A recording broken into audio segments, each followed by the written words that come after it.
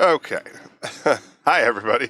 Welcome to another edition of Strategy Sundays at Mac Paladin's Retro Gaming Emporium. I, of course, am Mac Paladin, and apparently I now have sound, so just wanted to make sure. I run everything through voice mod to help clean up the fact that I have multiple fans blowing. This room is, well, it's my room, and it's quite hot in here, because I have, like, 9 computers or something. We have a new addition to the family here. I've actually owned it for quite some time, but it is an old compact NC 6000 series. It's an Evo series laptop, at least the Evo design.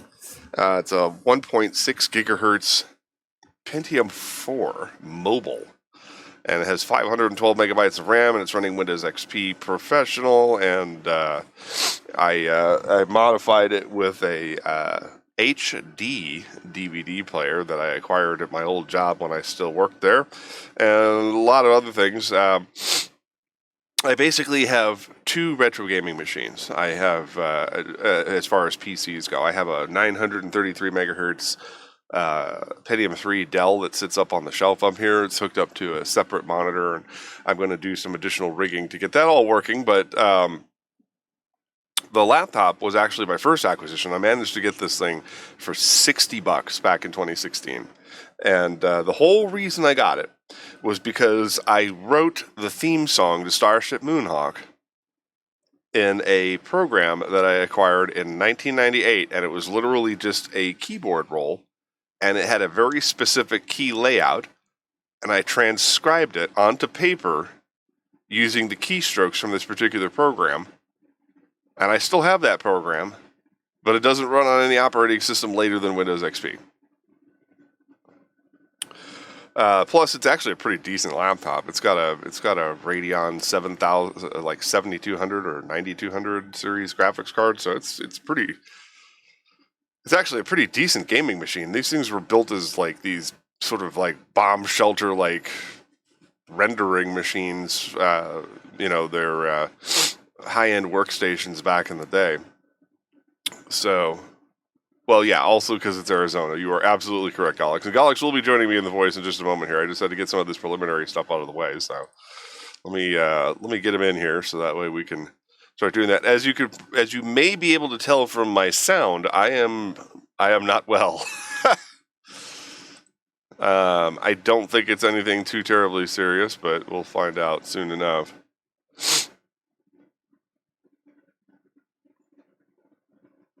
I am clone. Where are you, the Galax? There is the Galax. Hello. Alright, I was just regaling everybody with, of course, my equipment set up here. But yeah, I finally established a platform on which to sit this laptop because it's hard to tell from my camera here, but my desk is not exactly spacious. Mm-hmm. In spite of the fact that it's a giant L desk. I've actually extended it several times over with a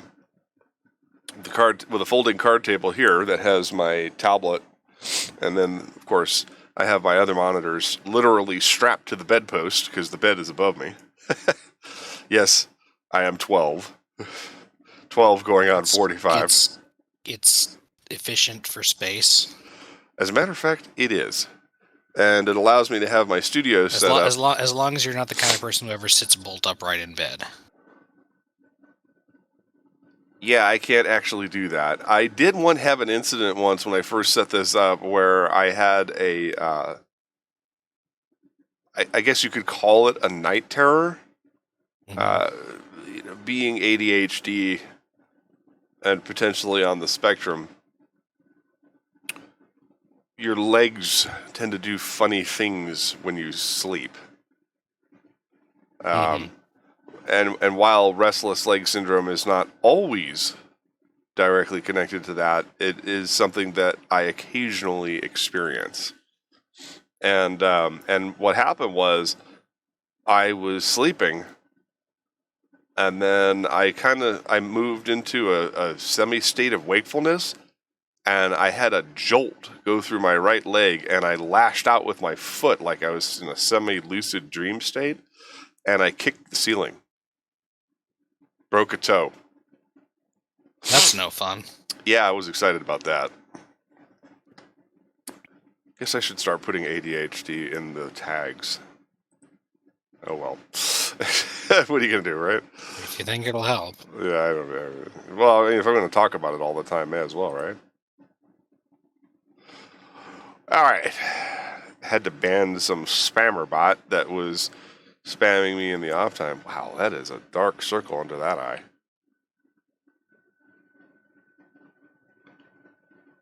Hi. Okay. So there's the Macross logo, so everybody knows that I'm not fooling around.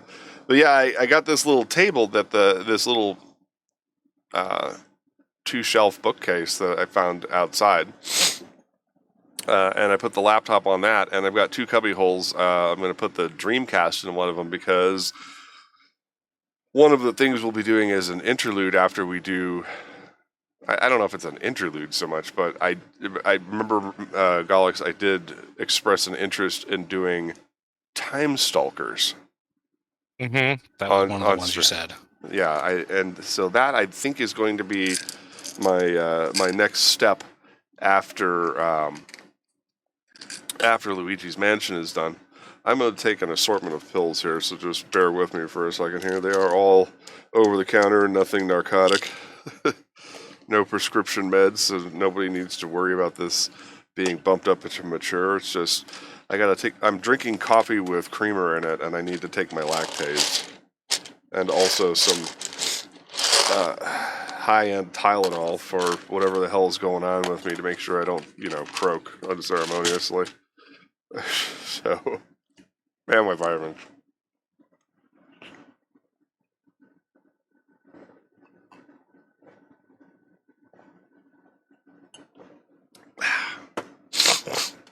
Make sure you don't wash it down with whiskey, kids. That's a no-no. See, our channel is educational as well as entertaining. Am I right? Stream Health looks pretty good. The only one I have trouble with is my all-in-one because it's kind of hooked up to this wireless extension via a cable because the internal Wi-Fi is semi-unreliable. So every once in a while, it'll just say this stream is not available and it'll die. Which is not fun. Well, let me just make sure that this is actually channeled through voice mods. Yep, there we go. Good. All right. So I've got my trusty Super NES knockoff controller here.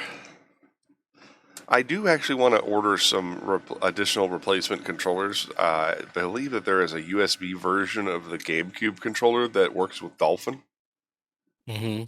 Just in case we have problems that my fancy rig over here doesn't quite handle.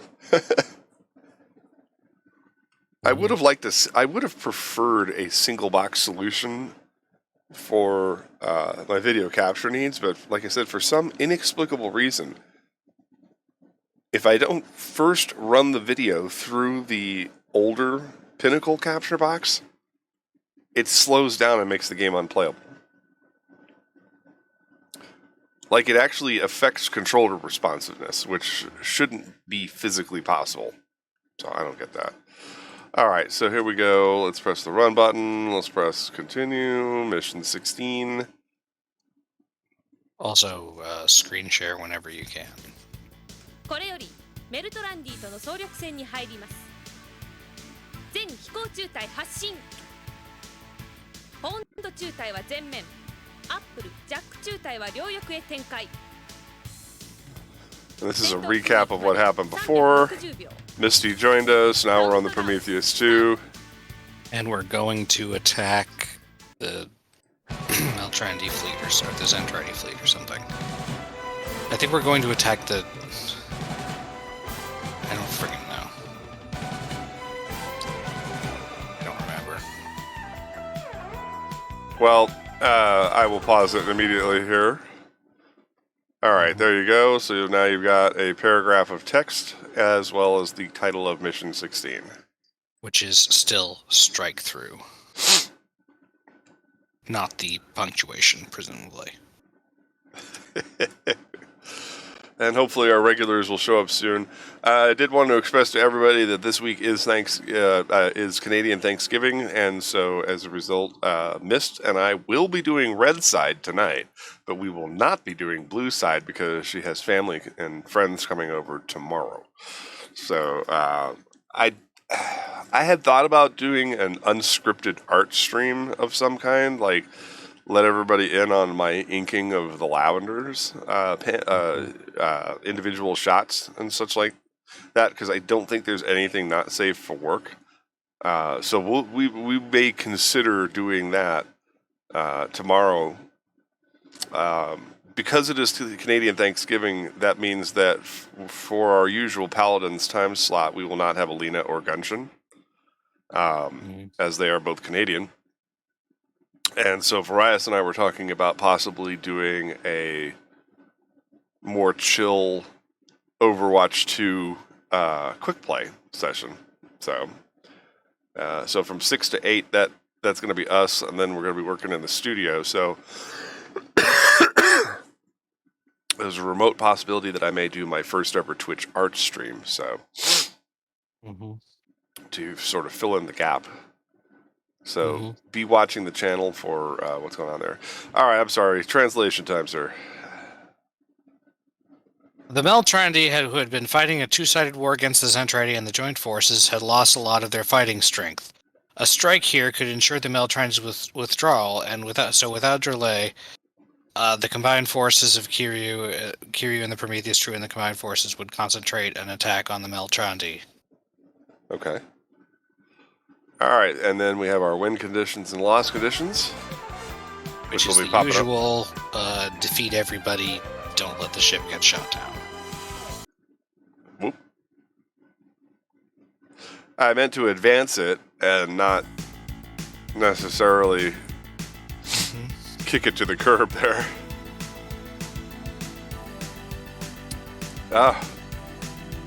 Hopefully Dragon Lord will show up soon because this is his favorite track. Or one of them. The Meltrandi Vanguard is approaching. We're back in space, kids. Captain Generico. This is the destroyer Glasgow.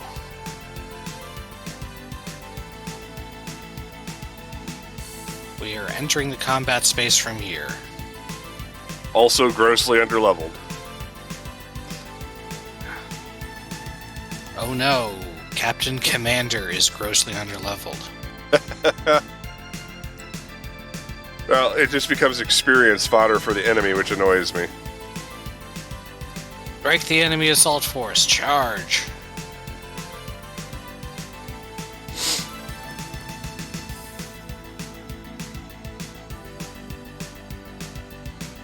Horn Squadron, all planes rush in. All units, you know. Woo! Okay. We've got quite the enemy fleet here. Well, this is supposed to be a decisive battle that will get them to withdraw from the conflict. Now, I'm going to dump out everybody as far away as I can. Yeah, we shouldn't have as much of the mobility problems with the... Right. Which one is deploy? I don't... Bottom one. Alright. You'd think I'd have this memorized by now.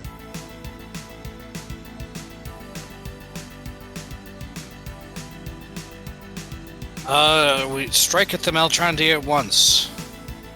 I don't know, there's no subject. Put a little salt and pepper on the predicate. Boom, you got yourself a nice chop sentence.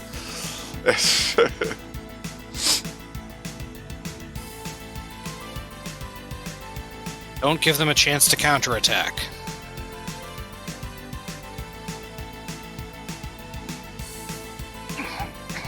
We'll put him here on the Minmay attack thingamabobber.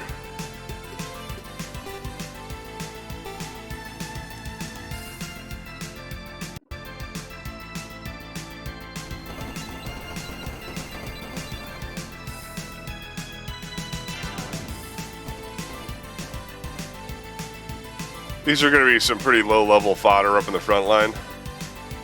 Probably they're in normal quadlin rows, so. Deploy. Let's go. Well, at least you didn't say I'm hungry this time. I don't think she's the one who says that, but yeah.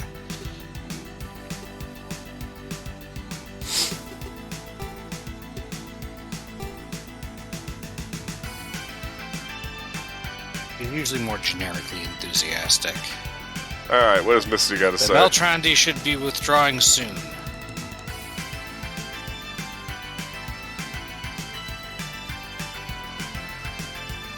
If we win this far, we should be able to withdraw quickly.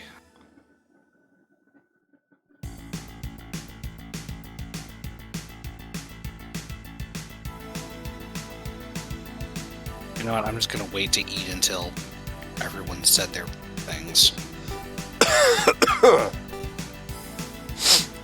Let's go.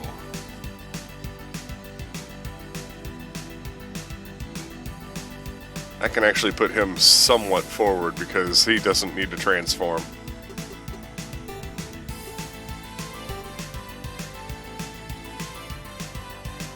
Is it lunchtime? Is it time for lunch yet? Finally, an all-out war with the Meltron? Or all-out battle? Yep, line 2. It looks like it'll be an intense battle.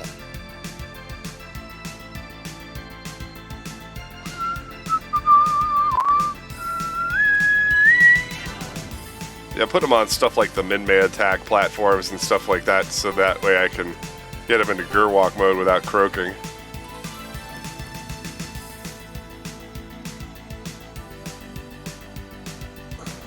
No, this is definitely not vertical. Let's go in a flashy way. Sounds good to me. Now, the one thing I don't want to do is put these dummies in the atmosphere. Right. Let's get my fodder out there so they can get some XP. I'm not even sure if they get experience between battles. They have to attack stuff. They do level up. Those generic characters that I have, as long as I control them, they gain experience. Okay. I made the mistake the first time I played this game of not really prioritizing them, and it made the final battles a lot harder. I mean, I don't think they can upgrade. No, but they can level up and get strong enough to actually do some minor damage. Mm-hmm. Also, Potato says that their D&D game has changed to this time, so they can't be here for part of it. Right. I think that's it.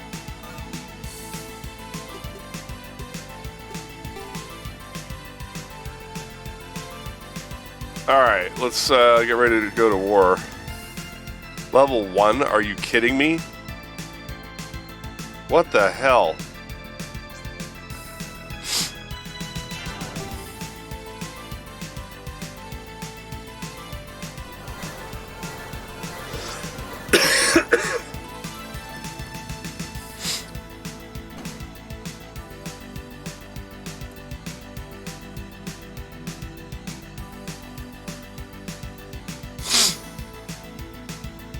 Their name is literally average troop.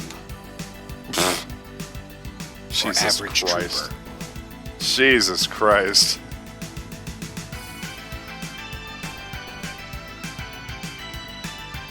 Well, There are other things. Ipan can be a couple of other things. It can also be like Team 1, but I doubt it's that. God forbid it would be anything cool. I mean, they're literally generic grunts. Hi, Dragon Lord. You. Welcome to the party.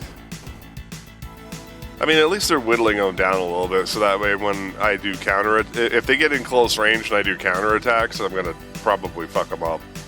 Oh shit! Here we go. Theoretically, this guy should not have that capability at level 1.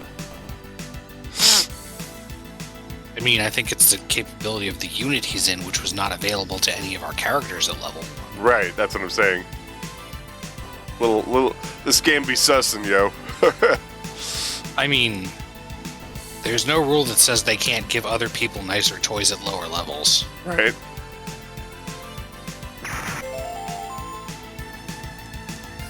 Look at this. Robbing me of all this prime experience gaining opportunity. This is bullshit. Come on, man. Yeah, survive that so I can get the cleanup.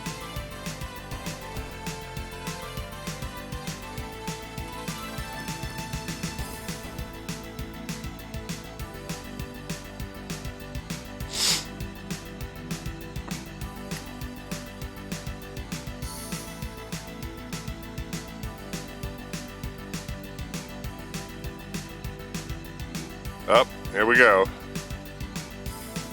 Koreijo teki ni. Do not allow the enemy to advance any further. Stop them whatever it takes. Actually, technically it was apparently stop eating at any cost, but I know that that's not what it meant. It meant stop them whatever it takes. Oh.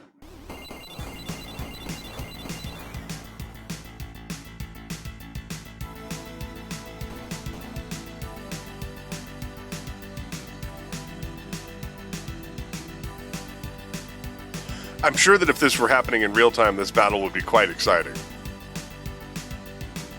That is one of the things about turn-based combat.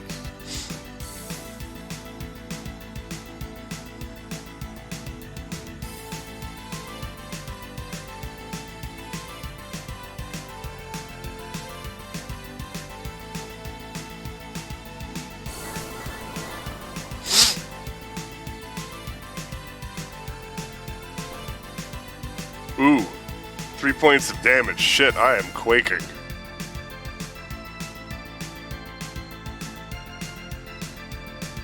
What I'm hoping is that all those zeros cluster together so that way when I send him in there and he does his cluster bomb, that he takes out all 4 of them in one go. Would be helpful. He needs to get some experience after getting robbed on that last round.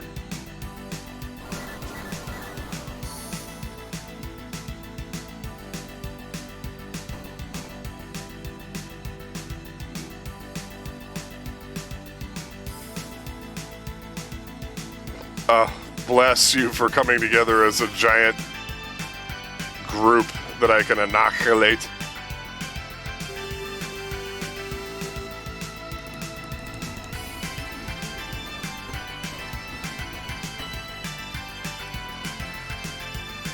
Yeah, unfortunately our destroyers aren't going to last long, but they should last into the second round at least. Mm-hmm. Like I said, I want to get everybody into Gerwalk mode so that, because at this stage of the game, they're becoming semi-invincible.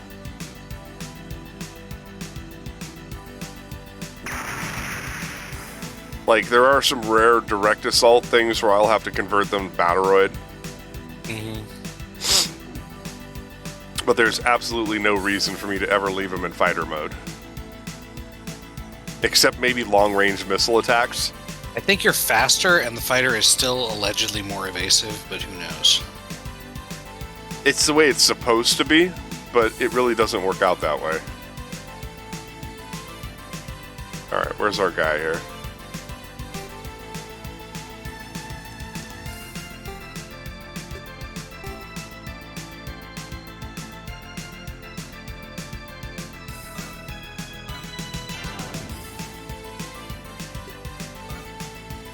We'll move him in a minute.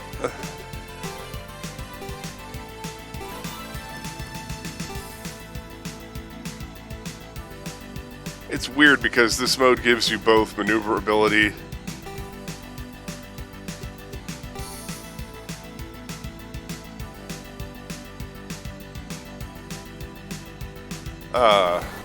and mobility.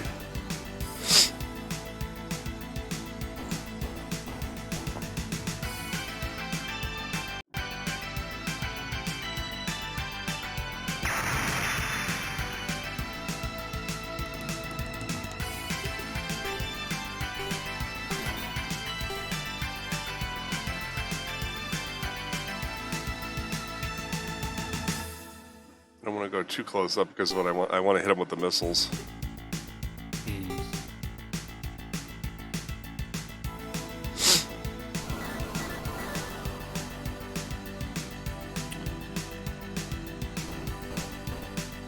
Yeah, the missiles are for killing minions. As far as I'm concerned, the missiles are for killing minions, and the laser beams are for taking out cap ships because they're so effective. Mm-hmm. Now he should have. He's the one who's got the multiple target missile. So we're just going to hit you, and you, and you, and you for funsies.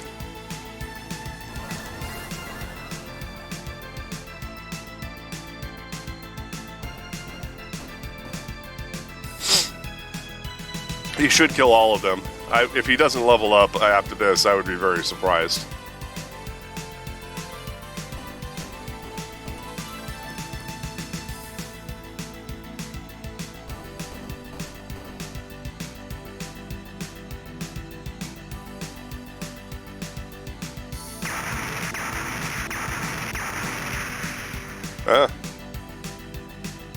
What's he at? Is that 18 out of... No, that's hit points.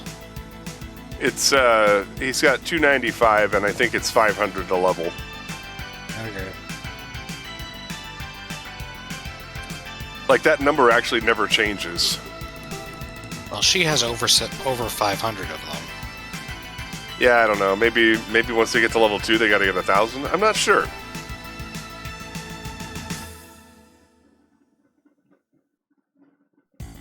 Sorry, I don't know what all of the stats on here mean. I would have looked it up in a manual, except for this is, again, not a particularly well-documented game.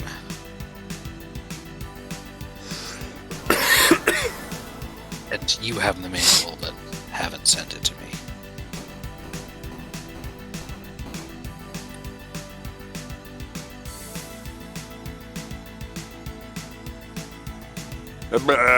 Yak de culture!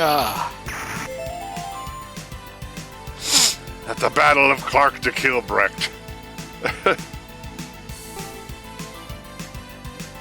If you're not a Deep Space Nine fan, just keep on keeping on, my Scriggedies. It's not that I'm not a fan or anything, it's that I've barely seen any of it. They had all the classic original series Klingons on an episode called Blood Oath during Season 2. Mm-hmm. And they were recounting this battle where these Klingons became something called a Dahar Master, which is a high honor in the Klingon Empire.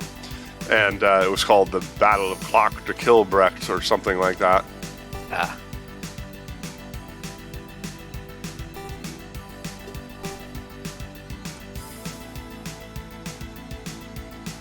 Alright, not quite in range yet, so we'll hold off on doing anything outrageous there.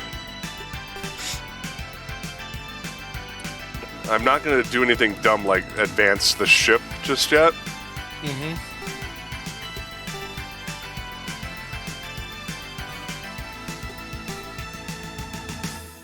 I'm actually going to let the enemy move in closer so that I retain as much of the tactical advantage as possible here. I don't know if you saw this, but the Odyssey-class Enterprise F from Star Trek Online is going to be in Picard. Yeah, they showed it. They showed a nice leisurely beauty shot of it cruising through space at one point. Now, whether or not our intrepid crew will be on the Odyssey class Enterprise F has yet to be seen. But also that shows that the ship has been launched about 8 years earlier in the timeline in the Prime universe. Which makes me wonder what happened to the Enterprise E, because according to the novels, the Enterprise E was still in service at this point and Worf was in command.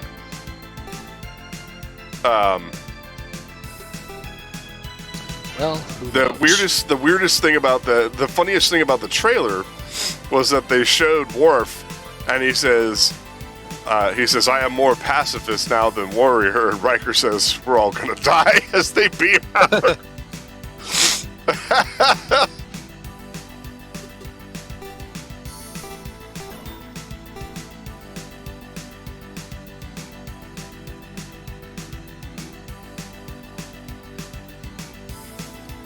And they had a ton of stuff. An absolute ton of stuff in this trailer. They had Moriarty come back. They showed lore.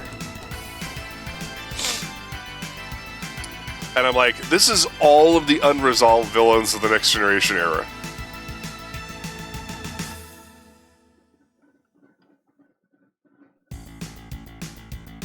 I think that's it.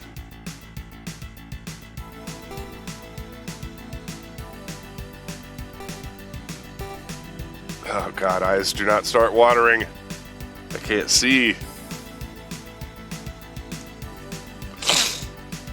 I'm also trying not to have a sneeze explosion here.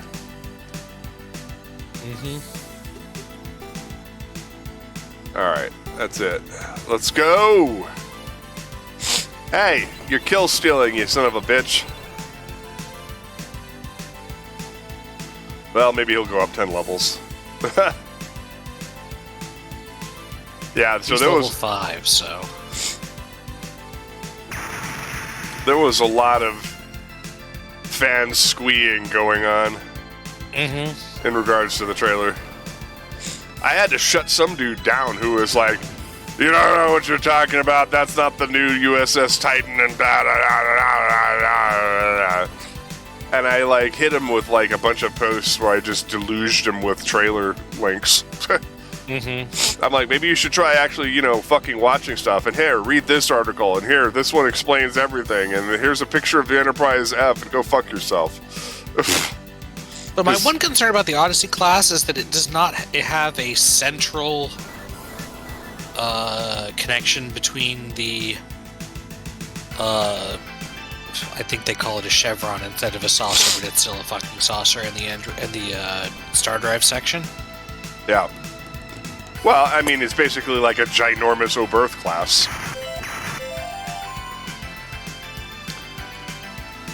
When they introduced the Oberth class in Star Trek 3, oh, The right, Search yeah, for Spock, I know which one it is. Yeah. When they introduced the Oberth class USS Grissom in Star Trek 3, everybody's like, how come no neck? How'd they get to pod? And it's like, well, the turbolift goes through the pylons. Presumably they just have they still have like curved lifts in the oh yeah, arm things. Yeah, it's like, just that it's just a little bit more. It's not that I don't think there's a way to get there. It's just that I appreciate in the central neck design, I believe there is usually a primary lift cluster for like quickly getting from the command section of stuff to the engineering section of stuff. I suppose they fucked that all up with the Cerritos. I don't even know how they get down to the engine room because the pylons look weird on the California class.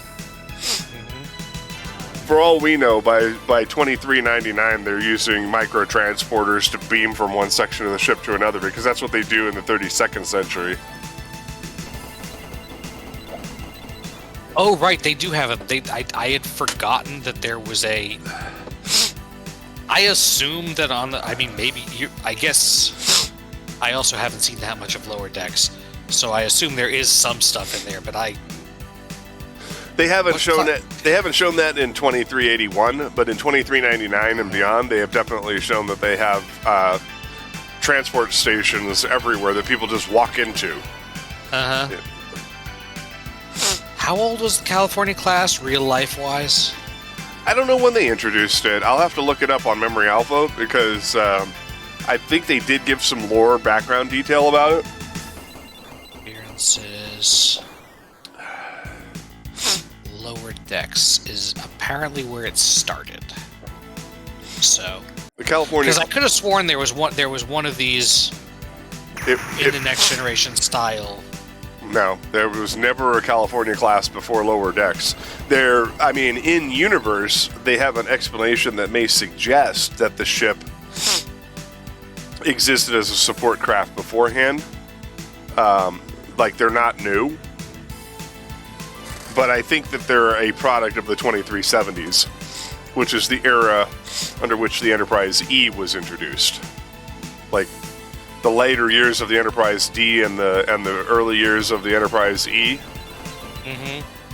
The Sovereign class rolled off the assembly line, I believe, in 2376 or 2373 or something like that. I forget the exact year that first contact took place, but at that point the ship was about a year old. Mm-hmm. No, I just mean because in the movies at least, and I don't know if they did it in time for the actual series, there was the just a saucer with nacelles under it version of... They had the Akira class, which was the evolution... not that one. But the only ones, like, they had the Challenger class, which had a single nacelle, which was a... Actually, no, the Akira class might have been what I was thinking of. Yeah, the Akira class was made specifically originally for First Contact and then used again in Deep Space Nine. Designed as a Borg fighter. The ship has an Yeah. But you know what I mean. One that's the equivalent of whatever the friggin' other ship in the Wrath of Khan is, whose name I can't remember. That's the Miranda class. It was the Reliant, Miranda class. Yeah. Because the California class is basically California class as... Give me a second.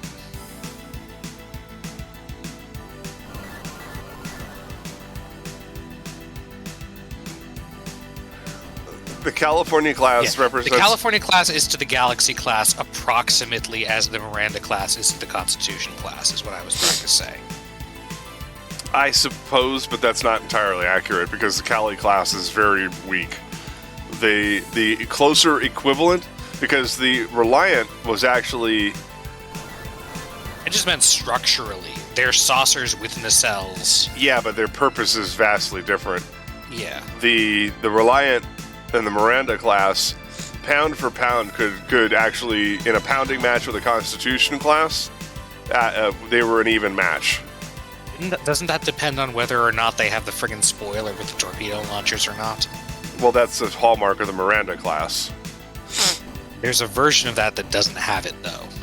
Right, but but that particular version of it, pound for pound, is the the California class doesn't have that. It does have a separate. Anyway, the thing I was originally going to say is that I feel like that little hull probably can't be all of the main engineering stuff. It is. They've actually, if you look at the structure of the warp core and the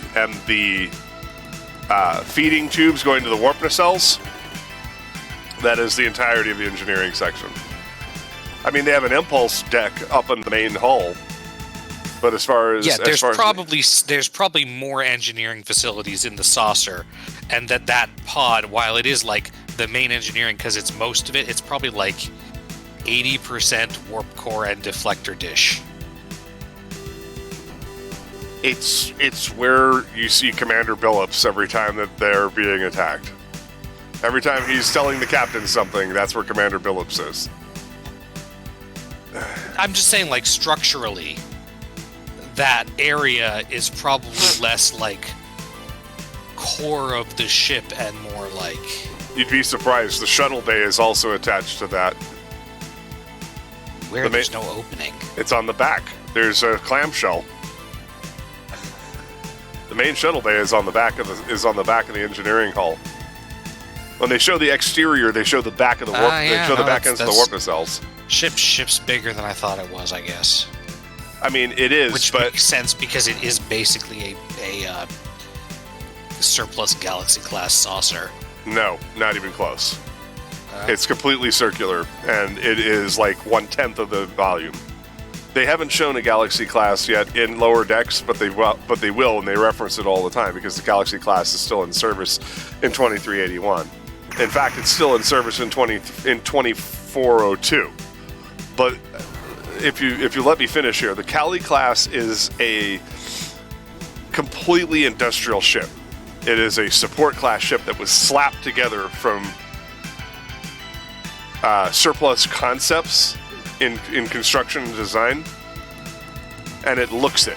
The whole idea behind it is that this ship has very specific mission parameters, such as deploying supplies and basically picking up people left behind and doing second contacts and stuff like that, which wasn't really explored on the hero ships because they were big. In terms of the actual equivalency, the Constitution class Enterprise is to the Enterprise E as the Luna class Titan is to the Miranda class, where you're talking heavy cruiser versus fast frigate. Memory Alpha says that the primary shuttle bay on the California class are the two in the saucer. There is a secondary shuttle bay at the back of the engineering. That's probably the one where they section. have that shuttle that they're always working on. Is in that bay that never opens. If you look at the back view of it, there are two thicker bands on the saucer, just outboard of the impulse engines. Right, I got that. Are the shuttle I bays. got that. But what I'm saying is they have a shuttle called the Sequoia that they're always tinkering with. It's an older like Class 5 shuttle, and it's in a bay that they never open. So I would guess that it's in the back of the engineering hull. It's the one in the secondary shuttle bays. Yeah, we just lost one of our destroyers. Luckily, it doesn't matter. Right. These guys have yet... Well, I'm not going to say anything. These guys have yet to scratch Latrade. And if we can keep it that way, that's better. Right. 'Tis ideal. I'm kind of annoyed that these guys still have missiles available. Actually, that actually, now that I think about it, Yeah. the Odyssey class does have separation for battle as a feature, or for emergency, and or whatever. it leaves a wedge of the saucer section behind attached to the two support pylons. I that's the one, everybody's like, oh, I just love that through deck hull. In fact, that through hull, and I'm just like, don't sexualize the Odyssey class, please. First and foremost. Don't sexualize the goddamn ship! So that could be a little bit weird. Anyway, I'm just talking about the purpose, or one of the purposes of having a main lift cluster in the central neck is to get from the bridge, which is in the saucer section, to a secondary bridge in the star drive section quickly, without having to go all the way to the edge of the saucer and then down. So, the way the Constitution class actually worked, especially after the refit, is that auxiliary control in the star drive section, if they separated the saucer for any reason, is actually tucked in the guts of the engineering hull. Like a real spaceship should be, where the command center is actually the most highly protected area of the ship. Right. So, yeah, I suppose. But then there's other schematics that claim that it's right at the tippy top of the neck section, which would be really bad because that puts it right next to the warp core. Honestly, the refit design is a catastrophe waiting to happen. I kind of had pictured it on the console. I mean, in the middle makes more sense. I had kind of pictured it as being like behind where the refit has a visible torpedo launching section. Oh, the fucking refit Enterprise is insane. They put a vertical warp core through the neck, so that way if a torpedo actually pierces the neck of the Constitution class, the entire ship would just explode. there's no need for a saucer separation, because if somebody were smart, people don't realize how terrifying that phaser strike was in the Mutara Nebula when Khan got lucky and hit the Enterprise broadside of its torpedo bay, because a couple of decks higher and it would have separated it would have separated the engineering hull from the primary hull and blown the ship up, because the fucking warp core goes all the way up that neck. In the original design, the warp core of the Enterprise actually didn't go through the neck. Yeah, it would be either vertical in the engineering thing, or more logically. The entirety of main engineering, including the antimatter pods, was up in the saucer behind the impulse deck. If you look at the wall, if you look at the Matt Jeffries schematics of the Enterprise, main engineering was directly above the neck. The secondary strange. hull, the entire secondary hull was shuttle bay, cargo bays, some leftover science labs, extra quarters if they ever had to evacuate to the star drive section, an auxiliary control room, and then there was a power conduit that went from the warp drive to the nacelles. I was gonna say there would have to be, wouldn't there? Normally, I would have thought that the design would be to have the warp core, like, not have an entire thing of cargo bays between it and the nacelles. Yeah, a lot of people have tried to retcon main engineering into the star drive section, but there is no cutaway that actually proves that.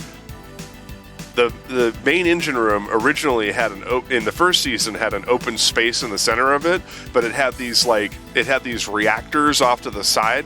So in the fight between like Captain Kirk and Ben Finney and Court Martial occurs in main engineering. They hadn't made it a 2-deck situation, but they called it B deck, which was basically deck 2 of the saucer section. Anyway, it's insane. Yeah, so I guess the main thing, even the Galaxy class's neck is a little bit more tilted than I thought it would be, but well, it's also a lot wide. It's also a lot wider, so strategically it makes a lot more sense. Yeah, because it will be a lot harder to pierce it. The thing I was thinking of was that in the Galaxy class, to get from a bridge to control part of Star Drive section, you'd pretty much go down a little bit, back, and then down again. Yeah, but in terms of expedience, here's the funny part about that. In terms of expedience, people don't realize how big the Galaxy class is. It has an internal volume of something like 3 million cubic feet or something like that. Yeah, Memory Alpha's a little bit shy on actual physical tech specs. Which is interesting because it's all outlaid in the... Like, people have actually done visual comparisons. They like, based I on... literally have the Star Trek Encyclopedia, like, just far away enough away that I can't roll my chair over there right now. Just using the Starfleet Technical Manual and on-screen evidence for Star Trek The Next Generation, somebody was able to do a full reconstruction of what the interior of the Enterprise would look like as a 3D model. And Paramount did put the kibosh on this project. However,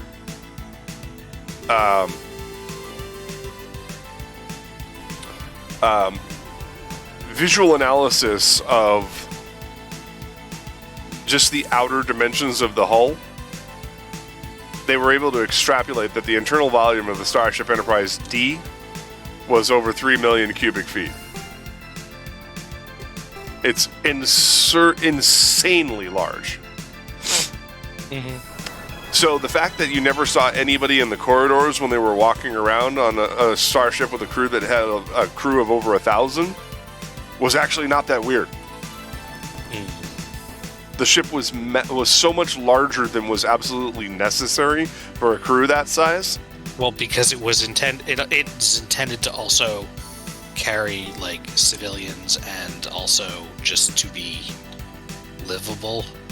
So they estimated that the entire crew could fit into an area around the a panel about this big around the around the 1701 is insignia on the hull. And that the Enterprise could, in actuality, like a standard Galaxy class starship, could actually evacuate over 1 million colonists, just based on sheer internal volume. Here is a technical specs according to one source is that it's just under 650 meters long, so over half a kilometer long. Yep. Almost half a kilometer wide, and just under 200 meters tall. Right, so extrapolating from that data, the people have been able to determine the internal volume. And yeah, of course there's shit shoved in the spaces, but it's just not... The saucer itself is pretty compact in terms of, hey, you could fit a lot of people in here, which is convenient because that's what it's for. Yeah, the theory was that they could evacuate upwards of 1 million colonists with a standard Galaxy class ship, and that the only limitation was the writer's imagination, because they really didn't think about. Here's one of the dirty secrets about sci-fi shows. Okay, people are really bad at big numbers. Right, is the ultimate. I forget which science fiction writer used to talk about that all the time, but David Gerald also talks about it on his Facebook page, and he says, yeah, traditionally science fiction writers, not being actual scientists, don't understand big numbers, so when they're talking about time and distance and space, like how long does it take to get from, say, Alpha Centauri to Vega or something like that, they need a lot of consultants for that kind of stuff, if they bother. You know, otherwise they make educated guesstimates, which is not always reliable. I guess it is kind of difficult to picture a building the size of the saucer section even. Yeah, I mean, I think they said something like you could shove 2 or 3 Empire State Buildings inside the Enterprise D. Or something like that for reference purposes. Not in one piece, obviously. Obviously, but I'm saying the equivalent internal volume. Well, anyway, I guess it is an established fact of Starfleet that they have really fast Wonkavaders, so... Right. Ultimately, I guess... Well, they are called a turbo lift. It's like they said in Mission Impossible, too. Difficult. We're Mission Impossible, and we're not called Mission Difficult. Turbo lift is the serious name for it. I'm calling them really fast Wonkavaders because they do not just go up and down. They go... side to side and all around, Straightwise, crosswise, slantwise, and every other wise you can think of. Yeah. One thing I disagree firmly with Star Trek Discovery on is the massively inefficient use of space inside the Discovery. The suggestion that these turbo lifts are just freeballing in fucking hammer space throughout the ship. It's been firmly established how the turbo lift shafts actually work in Star Trek. And that they are, and we've actually seen the inside of turbolift shafts.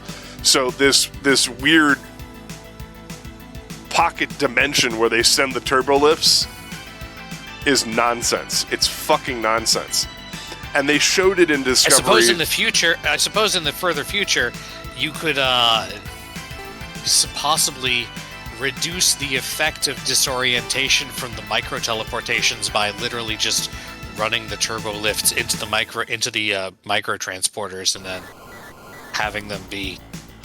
See, that would actually be smart, but nobody thought about that back in the day.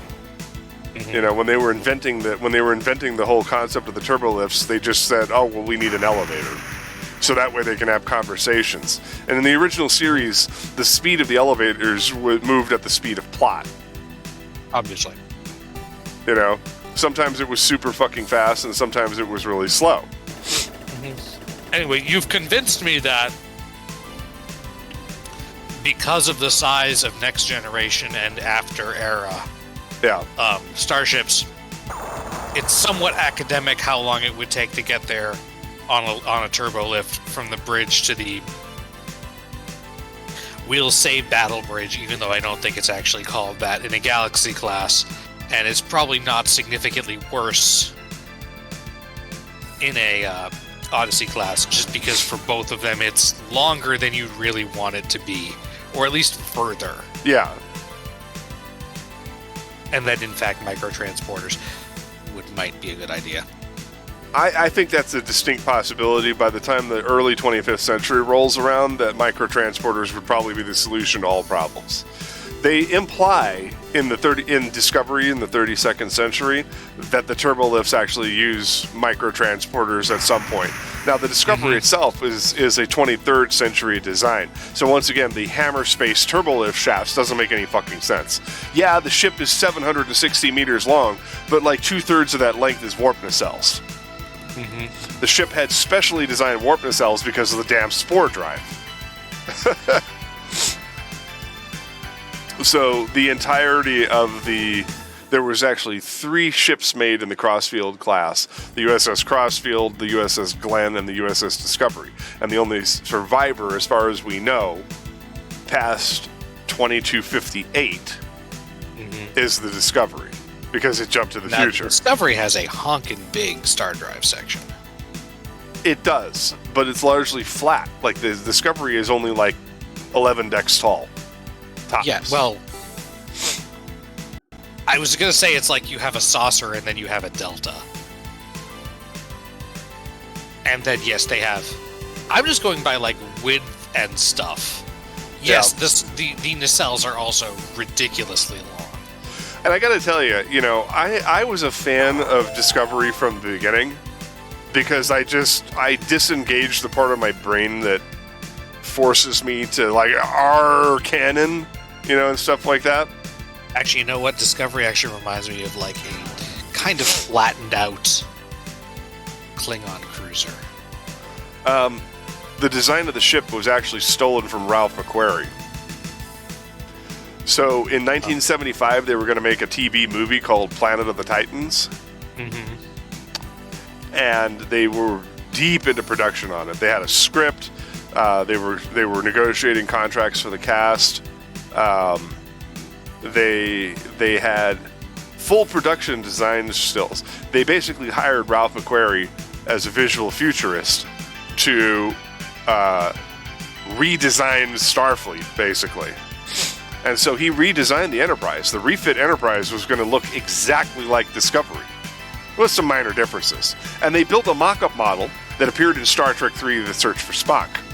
If you actually look carefully as the Enterprise is entering space dock, around one of the pylons, you can actually see the back end of the mock-up ship that they built. So they actually built a mock-up model of McQuarrie's version of the Enterprise refit from that proposed 1975 movie. Yeah, I think the reason the secondary hull looks so big is just because it is all flat, and what would normally be the nacelle struts or whatever is just part of the secondary hull. Well, wait till you get into detached warp nacelles. They detach the warp nacelles and are held on there by, like, it somehow improves warp geometry and allows them to go closer to warp 9.999. Well, and this is the one that also has, like, a separately rotating saucer inner ring thing, so... Well, it's interesting, because if you look at the time, like a lot of people got up in arms about this. Saying that Discovery is only the second ship to pierce the galactic barrier. Yeah, it actually is. The Valiant didn't make it. The Valiant got bounced back by the negative energy back in the 22nd century. Or the 21st century, or whenever the fuck it was supposedly out there. I don't know how it got there. If it was a pre-warp ship, it should have taken them like 200 years to get there.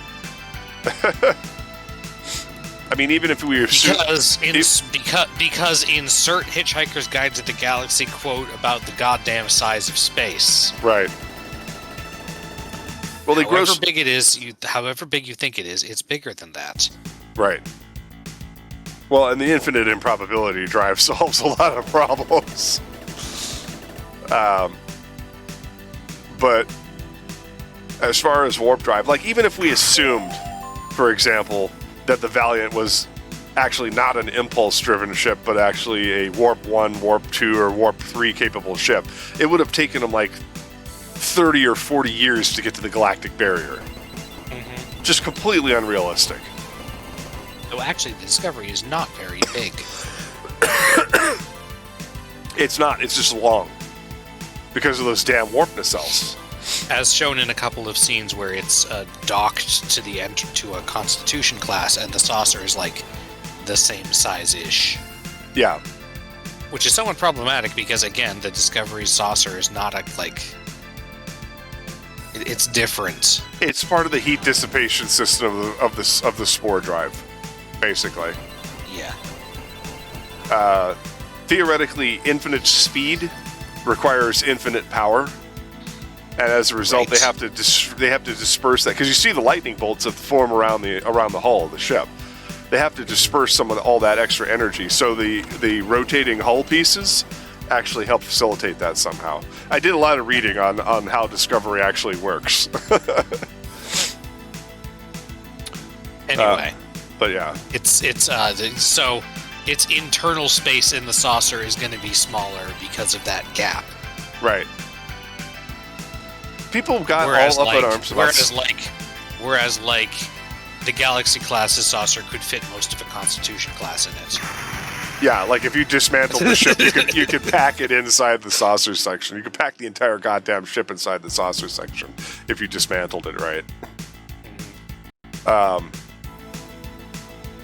In theory, they could actually dismantle two original Constitution class starships into pieces and shove it into the main cargo bays of the Enterprise D and reassemble it somewhere else. Yeah, the Constitution class is shorter than the Galaxy class is wide. And significantly narrower than the Galaxy class is long. But even the Constitution class at 938 feet long, I think it's a little longer in the movies, but 307 meters in the movies, okay? Or 302, depending on who's measuring. The original Enterprise was 286 meters. The refit was 302 or 307, depending on who you ask. Even at that, though, that ship is absurdly large inside. Uh-huh. That the corridors would never be crowded like they showed them on the TV show, with a crew of 430. Mm-hmm. Unless just those are the corridors where everyone goes to. I suppose, but there's no reason for that. People do still need to be in the same place for work purposes. Right, but they would be in labs and stuff. They wouldn't be just milling around in the corridors like that to make the ship look populated. And that's one thing that they corrected in Star Trek The Next Generation, was that they didn't just hire a million extras to mill around in the corridors. Like literally, 20 or 30 no dialogue people just to wander back and forth in different uniforms.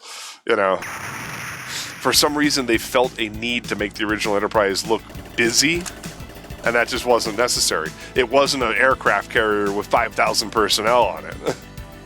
Well, you're thinking about, that's the thing. Actually, that's a good point. They do have probably smaller crews. Because again, the writers were not necessarily thinking about the crews of relative actual. What they were thinking about was Essex-class aircraft carriers, built in the 1950s. Because there's actually a direct comparison between the two in the making of Star Trek. David Gerald's book from 1968. Mm-hmm. In the making of... what happened here? What did she say? Oh, sorry.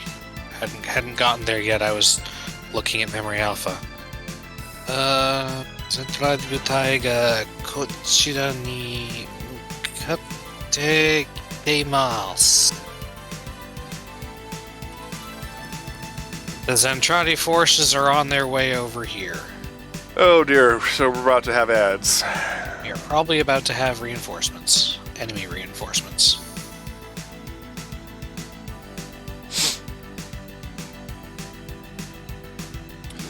Every squad, all squads, please be careful.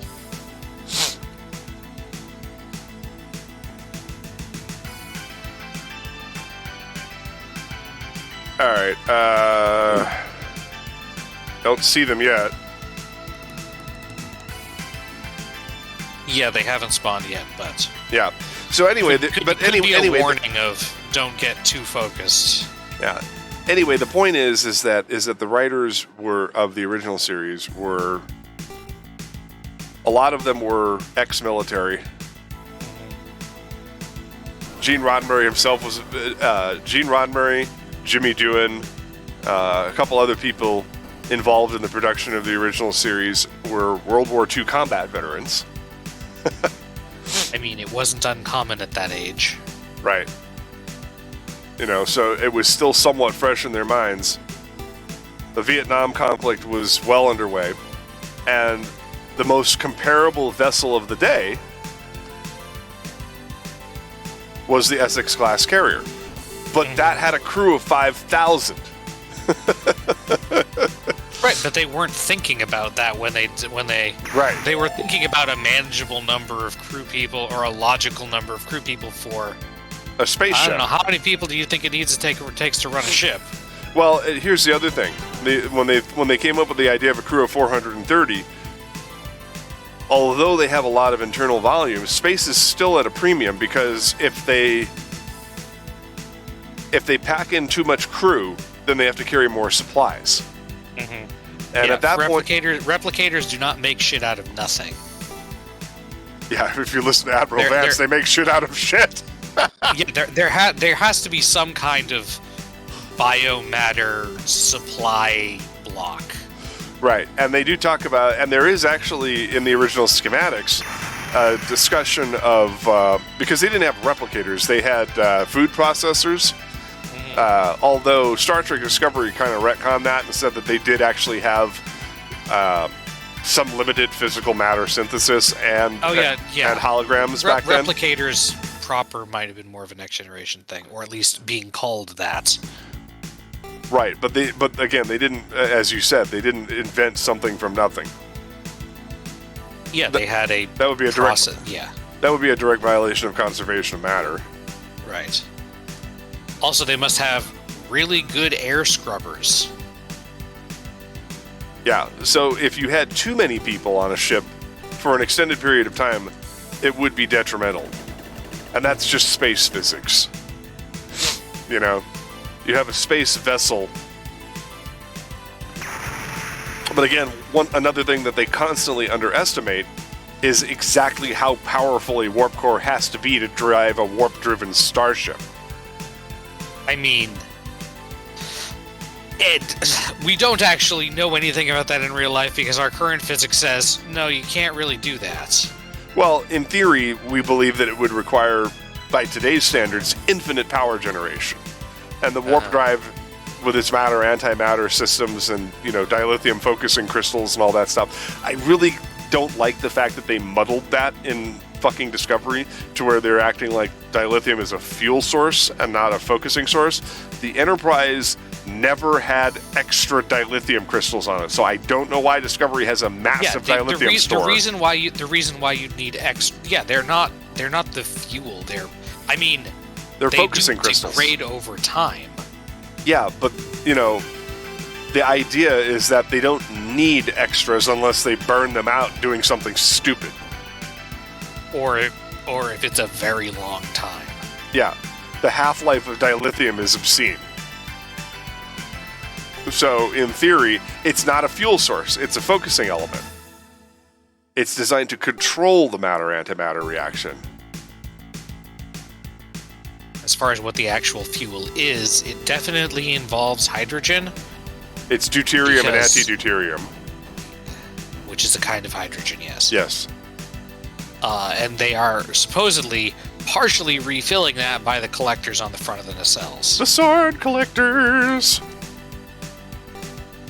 Presumably, they're mainly refilling the hydrogen part, and the ship itself contains more of a stock of the anti-deuterium. Because that's, I don't know if that's rarer in the non-antimatter universe.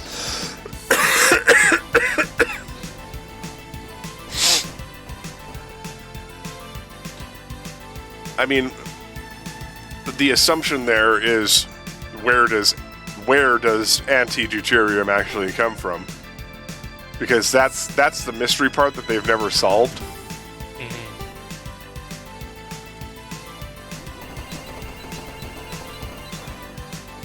Is they've never explained where we get our supplies of antimatter from.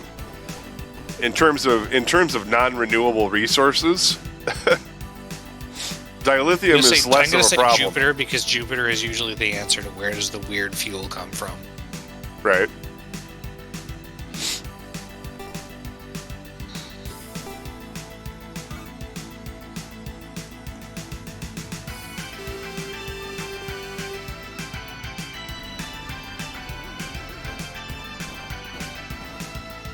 Well, in the Orville, they actually use quantum elements.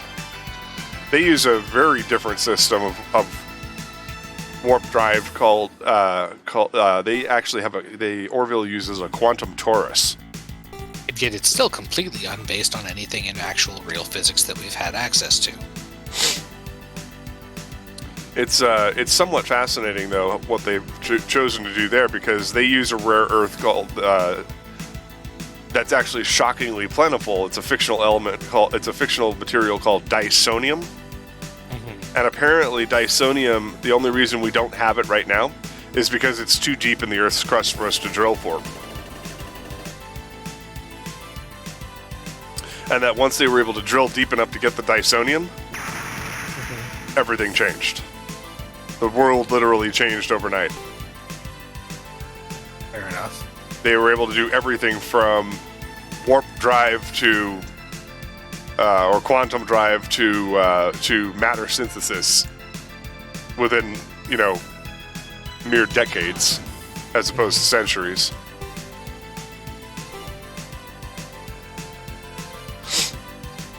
They have a slight recounting of it in season 3 of the Orville, because prior to that they kind of left it as hooky space magic.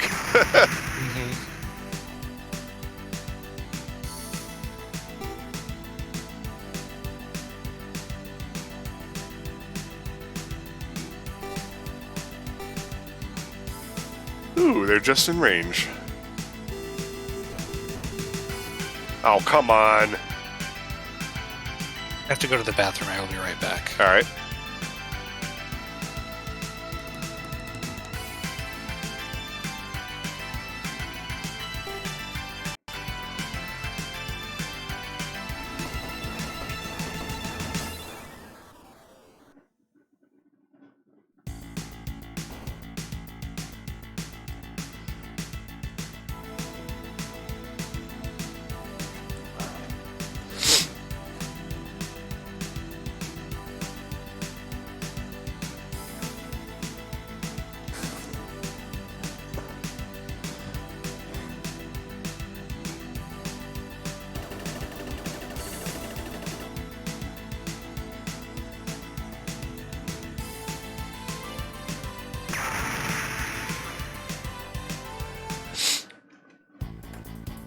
Ah, it's Lyle.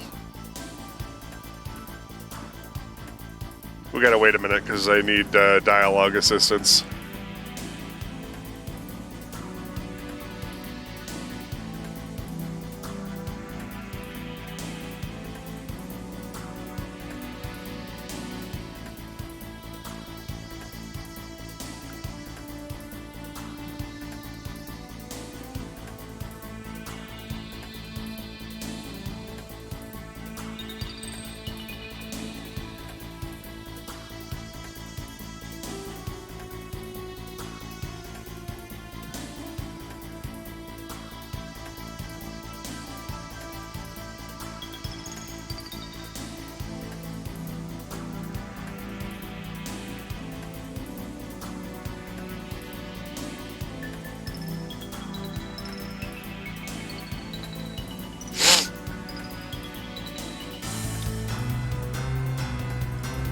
Do do do. Do do do.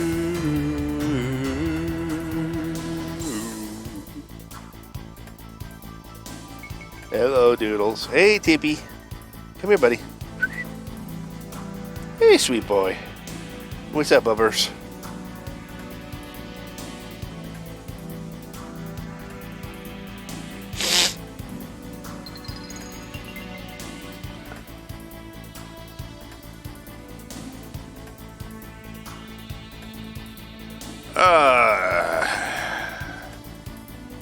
Yeah, sorry for the delay, folks. Unfortunately, the enemy showing up with dialogue was inopportune. Sorry about that. Yeah, I was letting everybody know. I said the Lyle showing up with dialogue was unfortunate. Yeah. Like you just left, and then I ended the round, and then. Well, I saw that there was dialogue up. I still have a thing anyway. All units prepare to attack. Yep. I will also note that on the Orville's behalf, they have a lot more science knowledgeable people. In many respects, like the writers actually care about their science fiction being as close to right as possible. But, so I thought that was rather interesting. I believe that they said that the quantum drive of the Orville's cruising speed. I'm trying to remember if it was 12 light years per day or 12 light years per hour. Well, at least that's the right unit to be using. Yeah. People are like, oh, it's not a measurement of... And I'm like, it's a measurement of distance, kids. Light years is not a measurement of time, it's a measurement of distance. This is our chance to crush the Meltrons. Don't let a single one get away. Alright, let me check something here.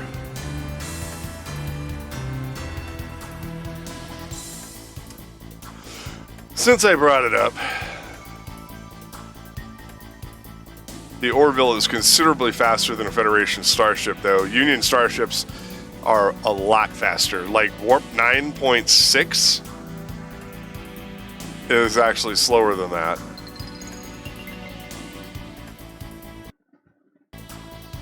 Move that for a second. I just want to look up this. I want to see. I don't know how old this article is.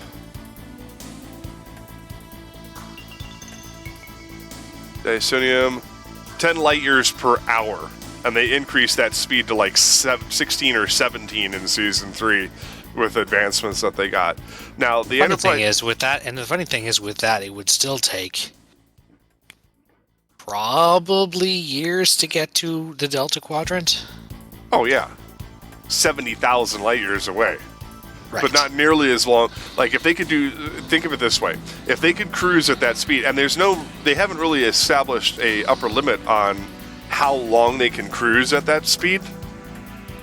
The Enterprise can cruise at warp 6, theoretically indefinitely, but that's something like 0.5 light years per hour or something like that. I mean, it's absurdly low. You'd have to be traveling warp 9 or faster. On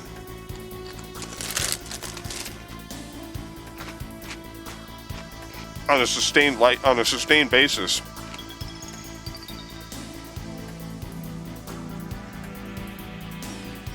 Yeah, at that point in season 1, the Orville could travel 87,600 times the speed of light. The Orville could travel the distance between Earth and Alpha Centauri in 25 minutes. Which is reasonable because of how much further away literally everything except Alpha Centauri is. They could get to the galactic center 27,000 light years away in a little over 112 days. I'll be right back.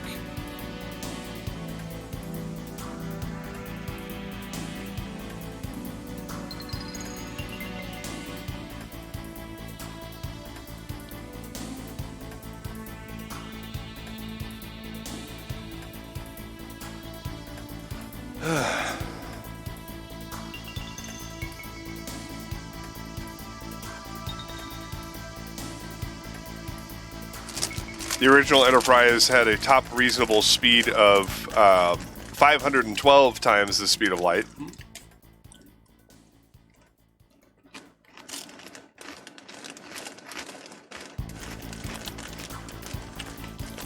Which again is like 160 of the speed of the Orville.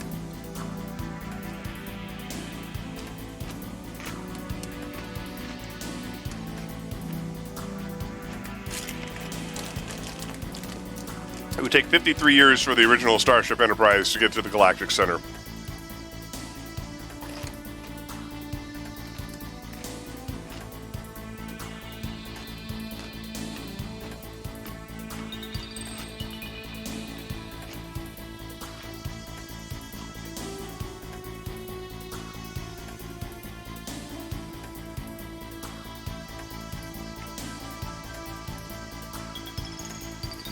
The Enterprise D's emergency speeds of warp 9.2 and 9.6 are 1649 C and 1909 C respectively. So again,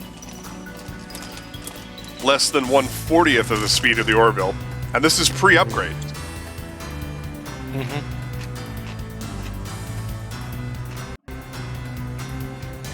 I feel like narratively the Star Wars method of you're traveling through an alternate dimension, so it's way faster, but how much faster or slower it is not necessarily linear.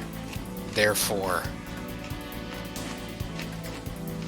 The Sovereign class starships are the closest to the Orville in speed. The Sovereign class ships were designed to operate at warp 9.99 as a maximum speed, or 9.96, which once you get past warp 9, it starts increasing exponentially in speed. So it's top. not the whole scale was supposed to be exponential. There's a common scale for warps 1 through 9, and then 9.01 and beyond, it starts increasing exponentially as each digit increments. So the difference between warp 9.2 and 9.6 is like exponential, almost geometric. So the Enterprise D had a maximum cruising speed of 1,649 times the speed of light and an emergency speed of 1,909 times the speed of light. The Enterprise E was rated to be able to cruise at speeds above warp 9 almost indefinitely, and has a maximum speed of 14,507 times the speed of light.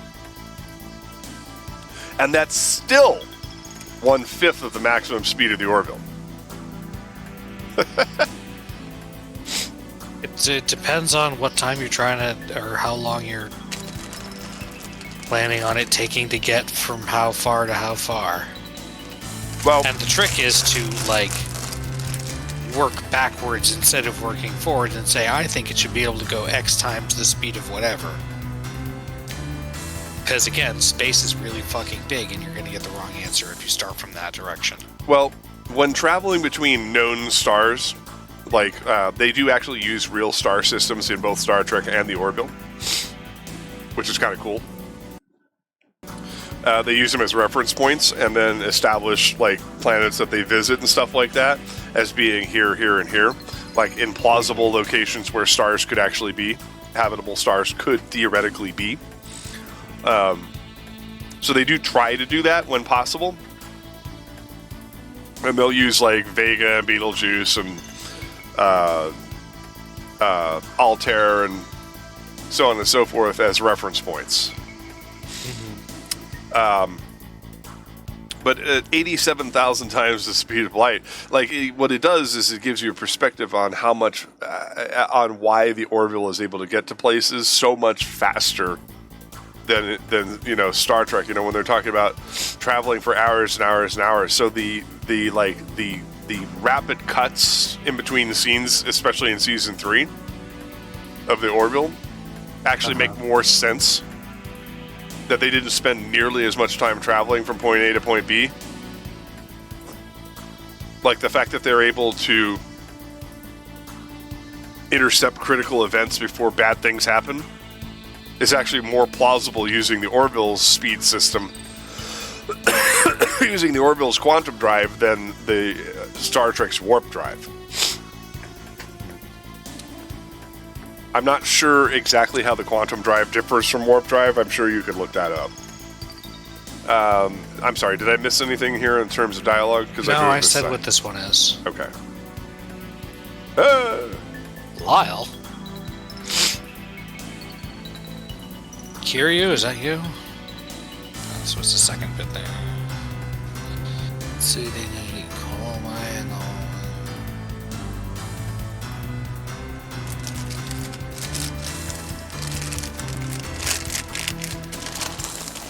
Incidentally, let me pay you back for the last debt I owe you. Uh-oh. Or something.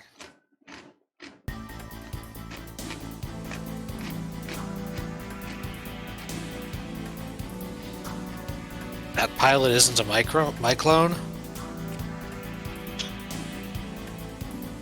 Oh, that's it? Okay. You're Misty? I'm getting all misty with this reunion.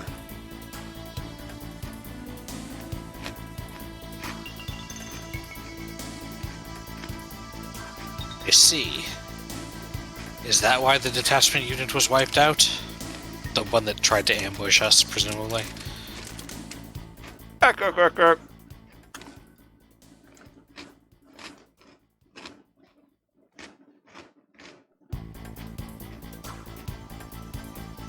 But why would you join hands with the Myclones? Or help them, I don't know, Teokasu? I'm sure the expression meant what you thought it meant. Yeah. I decided to be true to myself. Whatever the hell that means.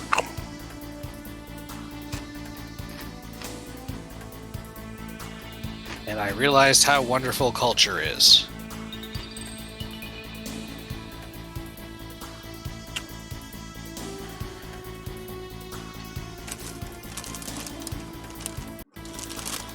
You even threw away your pride as a warrior?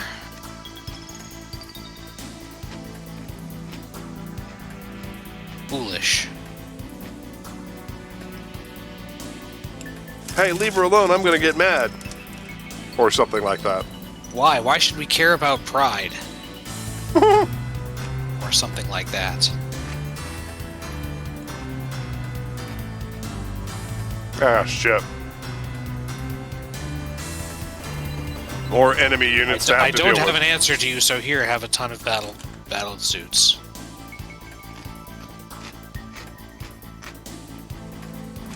They can't hurt her because she's awesome.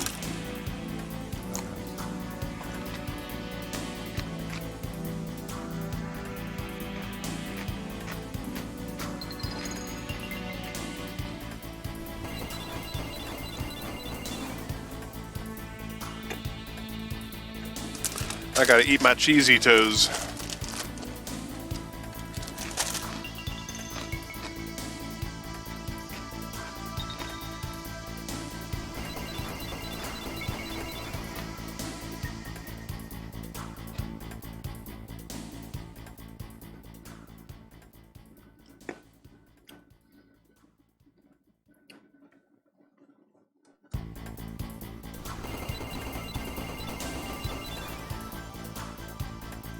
They might actually do some damage to this guy. Bye-bye, Destroyer. What's your name?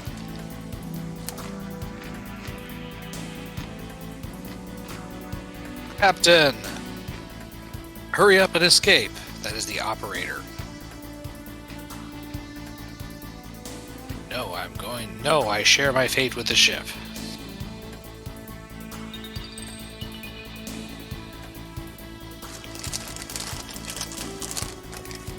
You should retreat quickly. Captain.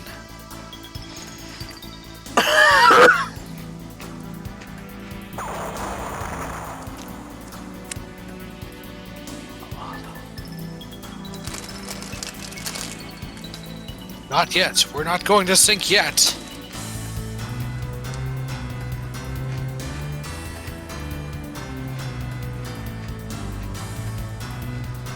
Hurry up, game. I'm getting fucking bored here.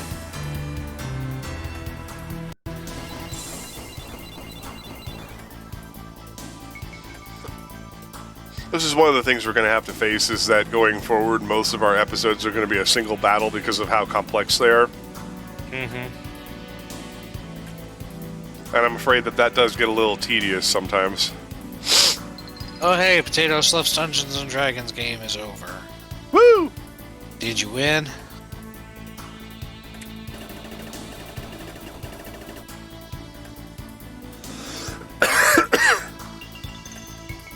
Oh dear. Did you survive?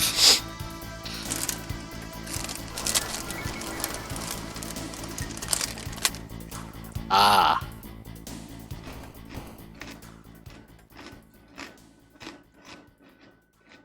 The true villain, work. Mm-hmm.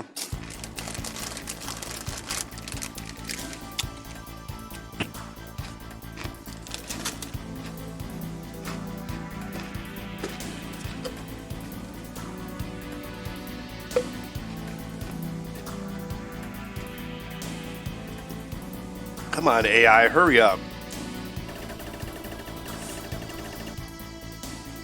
I don't know how guns work in... Well, I actually don't know what edition you're playing, but...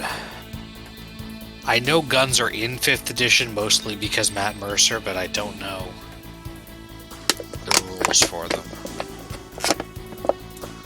Oh, thank God, it's finally my turn again. We play Pathfinder, and Pathfinder has guns in it, but the rules are, I'm pretty sure, different. Because I don't think 2nd and 5th edition even has ×4 crits.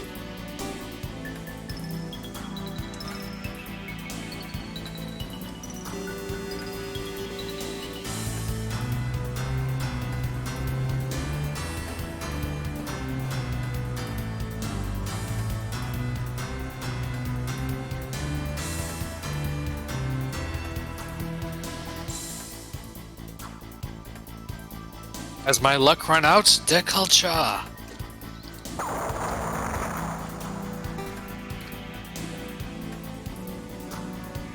I have a feeling that even if we clean up all these Meltran, we're going to have to deal with Lyle.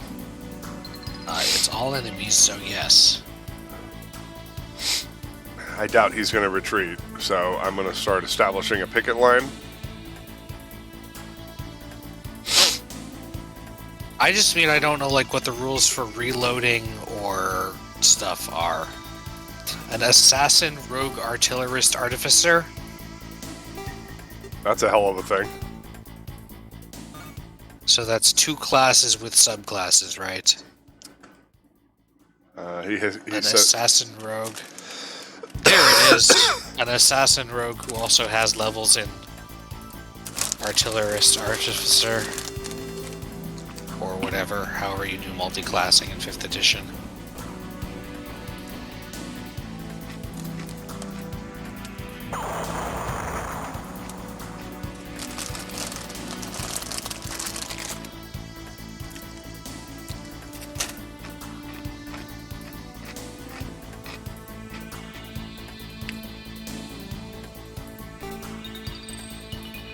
no, Doodles.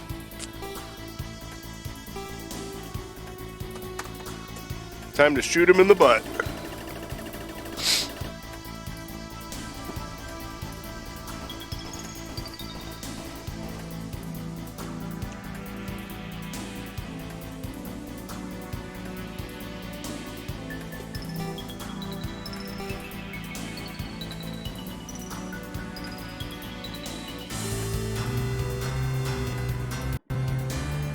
I imagine, well, I guess for...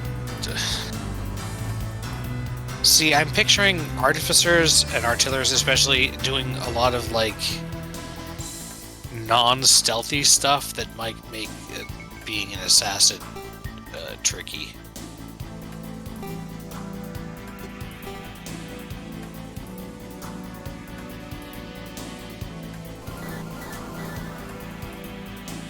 We have missiles.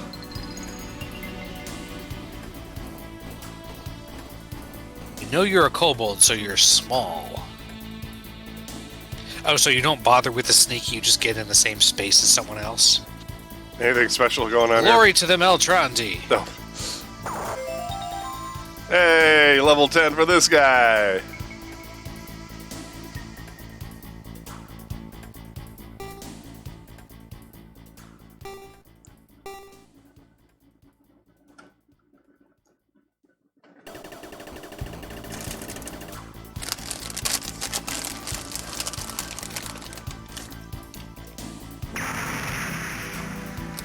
Right, but so you don't bother with being sneaky, you just use distraction to get good stabs in.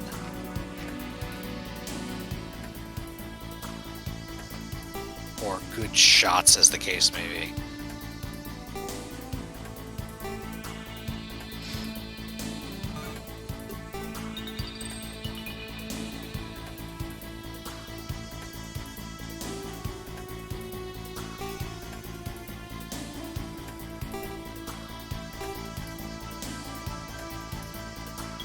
And she says something here. Sorry.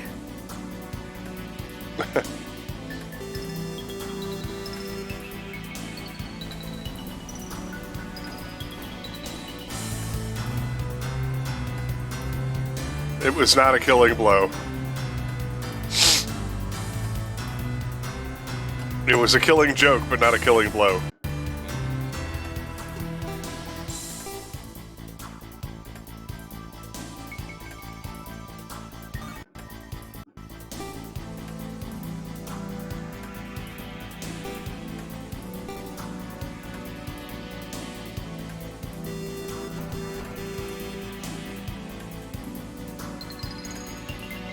I'm guessing the reload mechanics on guns are more forgiving in 5th edition than they are in Pathfinder.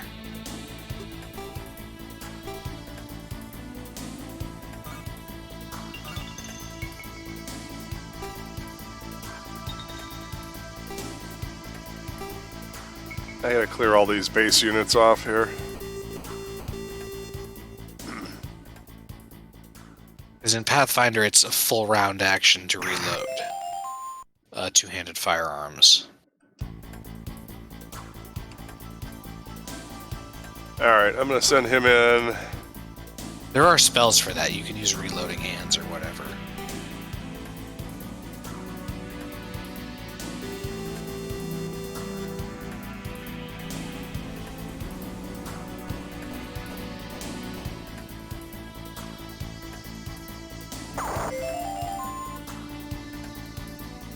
Yeah, Artificer is not actually in Pathfinder because it was created in 3rd edition, in a splat book, or in an edition in a later book, so it's not in the OGL, but also because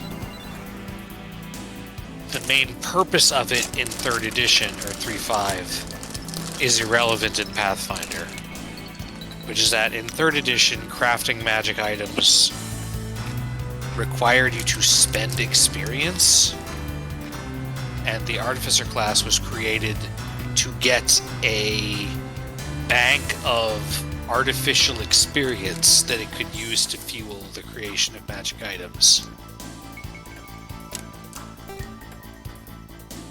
Of course, in 5th edition, you just can't make magic items. You have to find them, generally, so.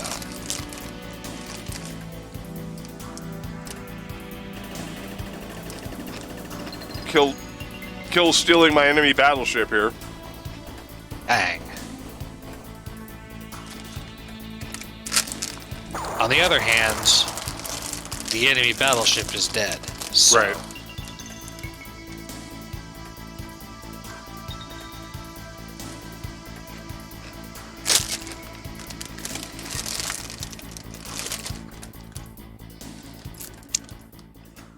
Lyle has something dumb to say.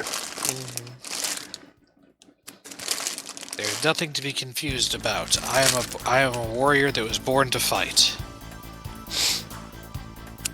Okay.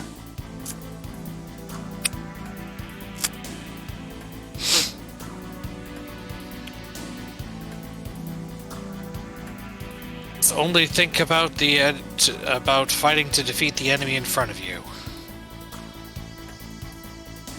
That is a nice buff to have that would make it... Well, again, you're an artillerist. I assume that's part of the point. Tatakau dake ga... Fighting isn't everything.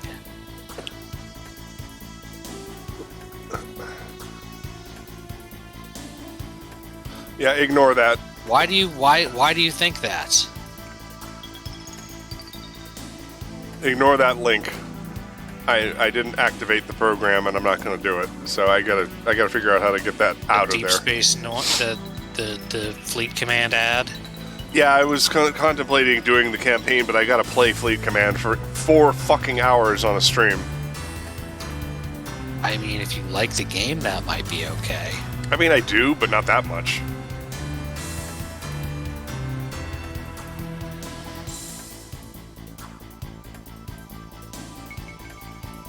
They've got one for Hello. I am a glorious soldier of the Zentradi.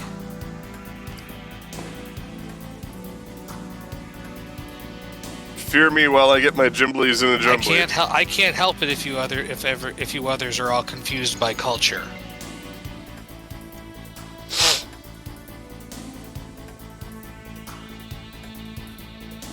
All right, dude, attack.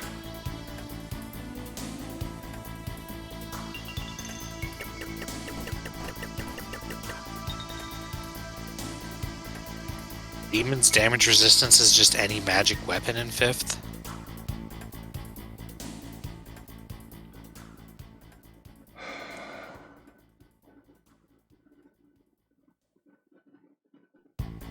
Resistance is pierced by any magic, sorry. In 3.5 it had to be good aligned or silver or cold iron. One or the other. Demons is silver and devils is cold iron, or the other way around. What the hell is this maneuver? The L maneuver. Shit. So named because it gets all the dudes into an L.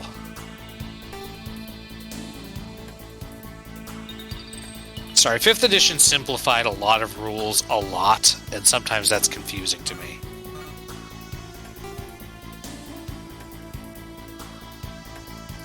But yes, that property that you have is basically automatic reloading hands, and I think if they gave that in Pathfinder, it would probably be too good because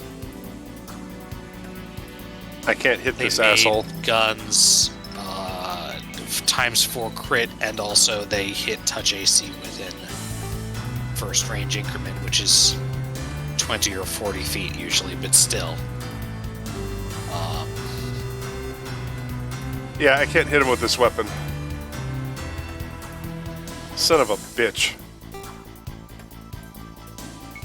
A turn making a robot? I know that having a automaton that does like a magic attack or something is an option.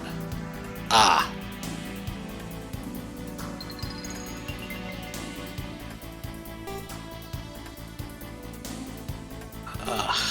I sometimes watch the Viva La Dirt League D&D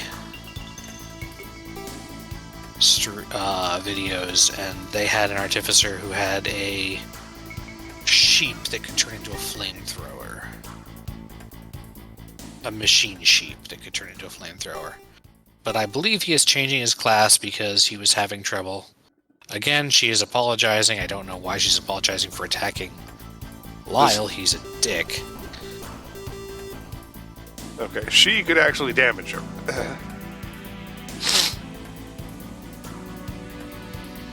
But we could end up sacrificing He's her. actually a higher level pilot than, or certainly a more powerful pilot than most of these things. Remember, the ship is the thing we can't lose, so don't get it in too much danger. I have a feeling I'm going to get him. Bye-bye, Lyle. We'll see if his troops retreat.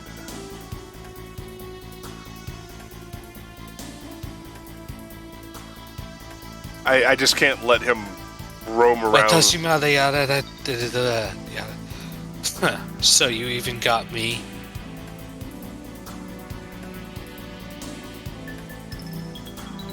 see you again. Oh, the ship leveled up. Yay. Well, kind of needed that. I was hoping his troops would retreat, but that was... My luck didn't pan out. We got one guy left who's at full health.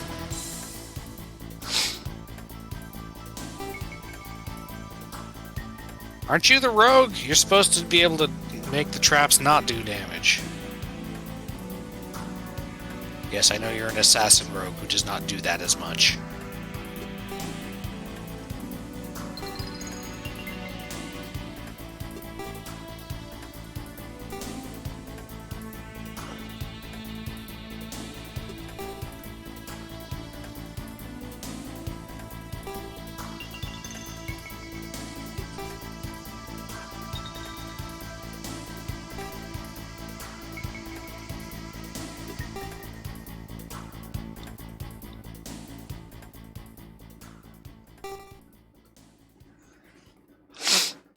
I'm surprised this guy is still here.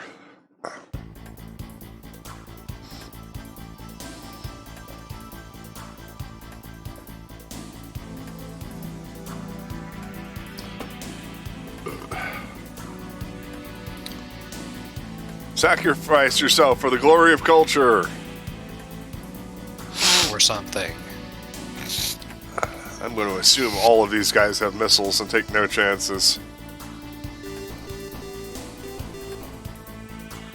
Worse yet, they have lasers.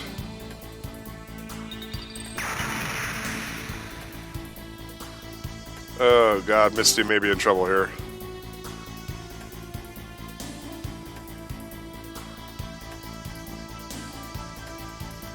Oh yeah, these are the Noja Dulgar.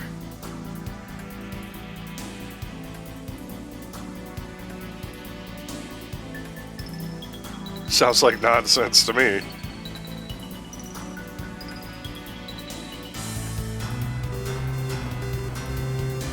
Yep, Misty's down.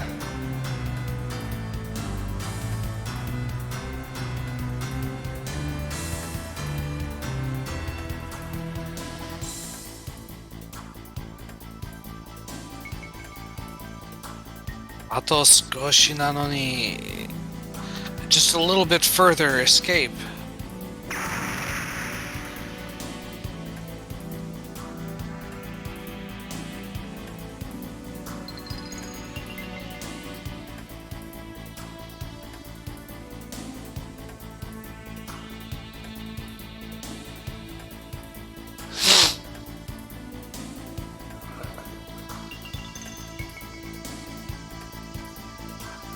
They're an upgrade from the battle pods. They're actual battle suits for Zentradi.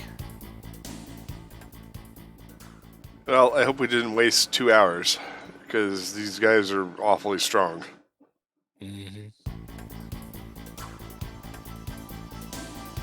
Well, and also I need to be over on the other thing pretty soon. Yeah, I'd like to. I'm trying to get through this. This is taking fucking forever because of the AI and constantly throwing troops at me. Mm-hmm.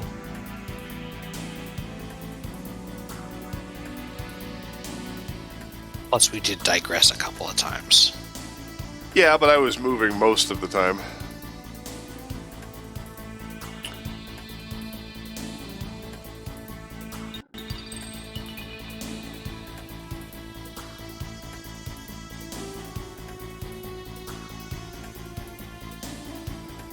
Are you not doing? Oh, is it the computer's turn? Yeah, I'm waiting for it to think. I hope it didn't like freeze. It didn't. It just spends an exorbitant amount of time thinking.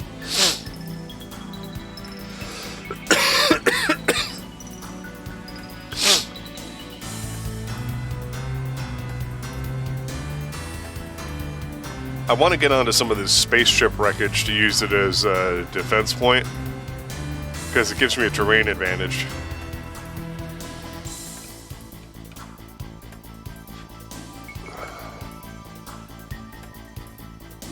Come on, fucker, move! Jesus Christ. We got shit to do.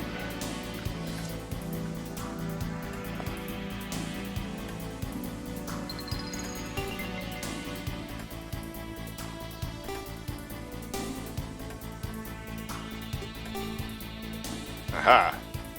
I still have a missile.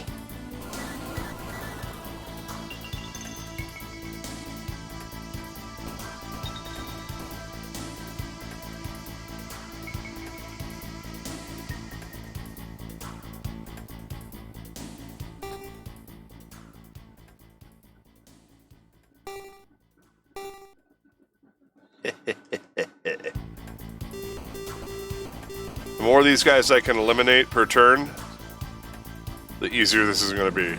Mm-hmm. Especially, and the shorter their turns will be. yeah, especially if they get no counter.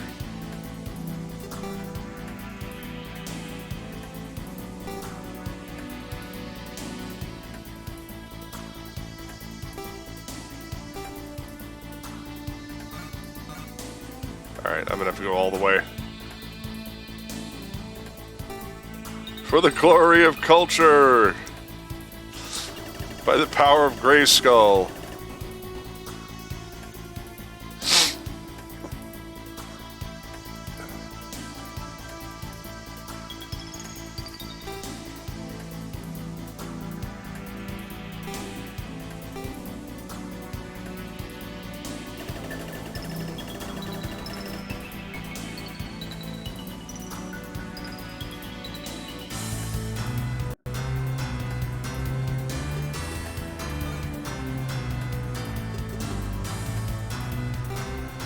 Shit.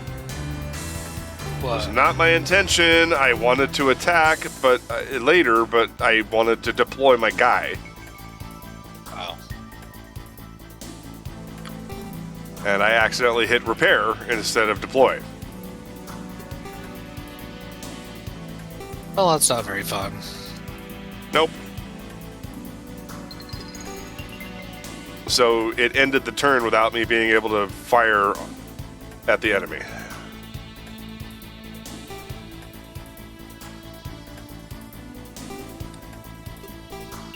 Alright, I guess we'll just have to take these guys' dumbasses out.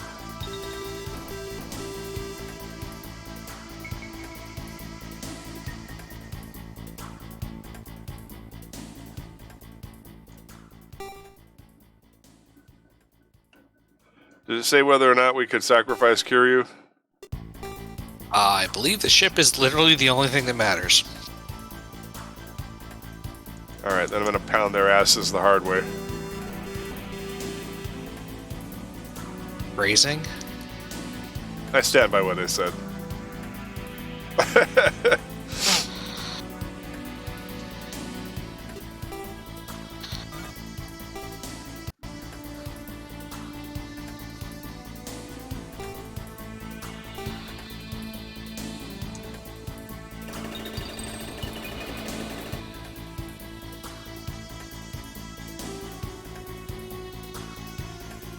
I'm in this picture and I don't like it. Fuck, I could have gotten rid of one more guy.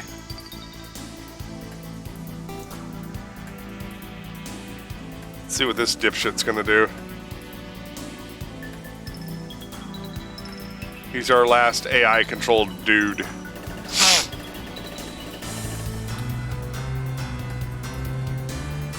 That's right, cannon fodder. Sacrifice yourself. To not die. Yeah, miraculously. If we can get some of these guys to peel off and go after him, that'd be great.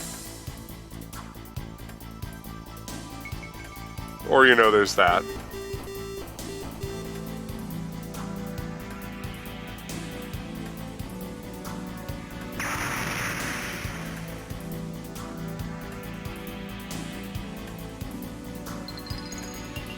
No, you see, we're trying to drive home the tragedy of war by having a whole bunch of people you don't know the names of or care about die.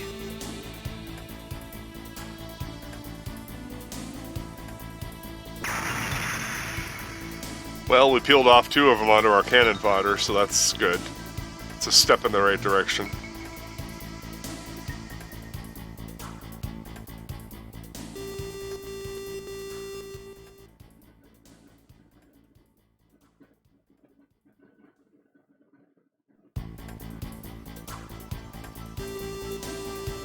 They seem incapable of hitting Latrade with this weapon in this configuration.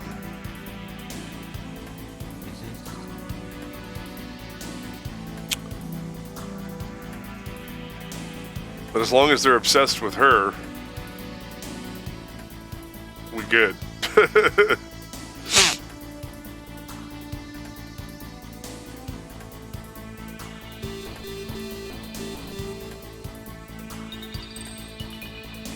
Means they're not attacking the Prometheus.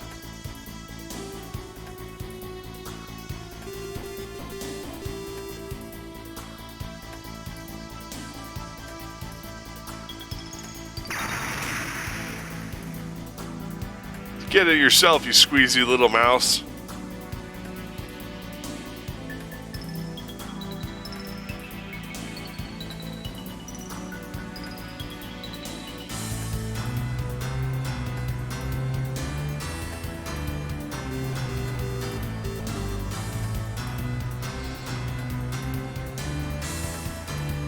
These guys just keep surviving.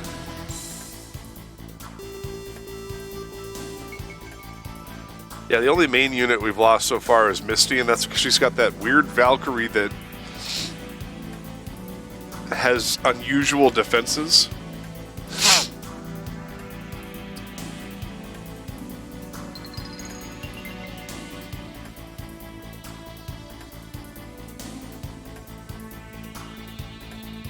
The VF-4 is excellent for taking down capital ships, but as far as, like, dueling, fuck it.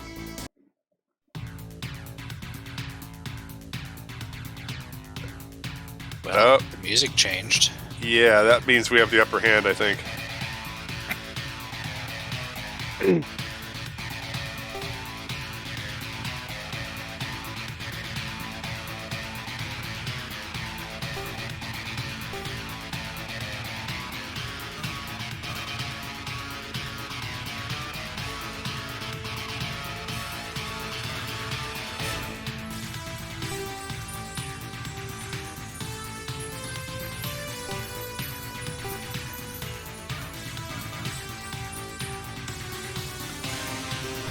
Oh, that was player unit.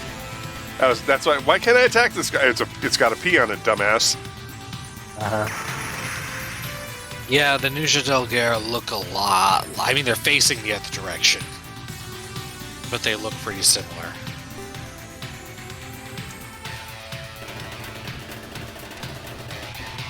Well, we killed each other.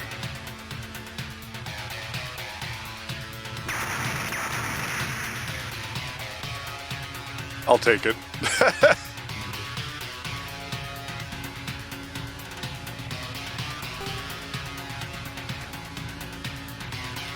My name is Inigo Montoya. You killed my father. Prepare to die.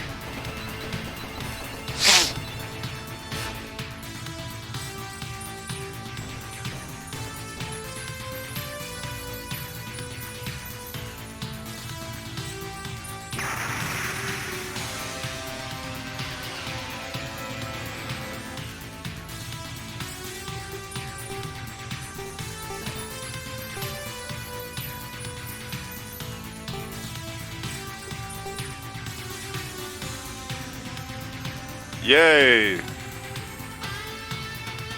Take this. Petty fan saying he needs to get to bed kind of early tonight. Well, we're almost done here.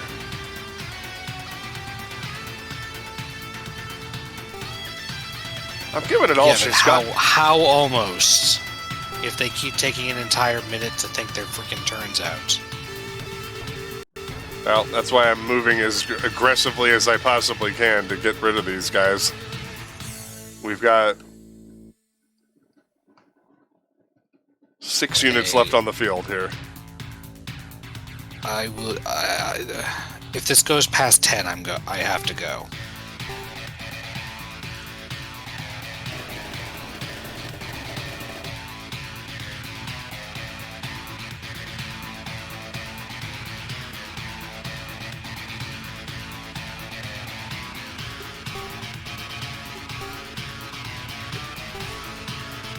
Ah, shit, she doesn't have enough energy.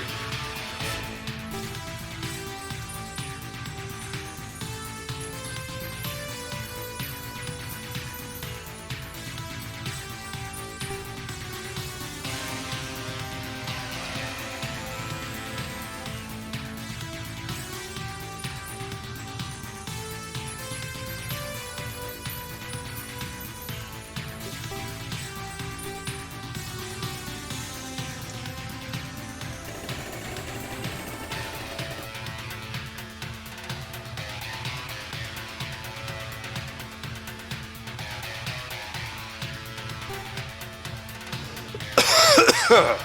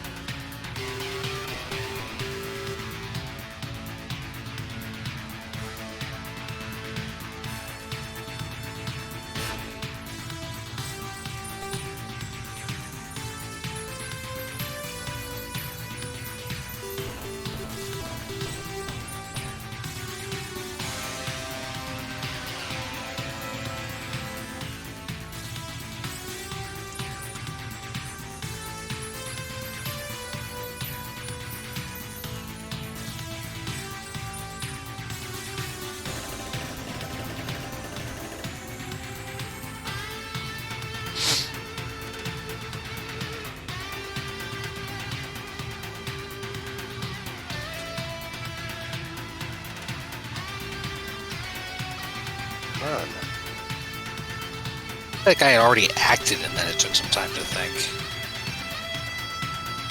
Alright, well, we took this guy down.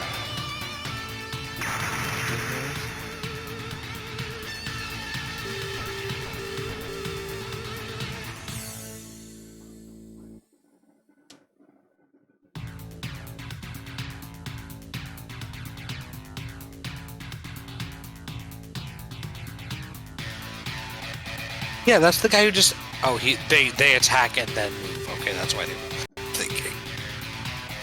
Yep.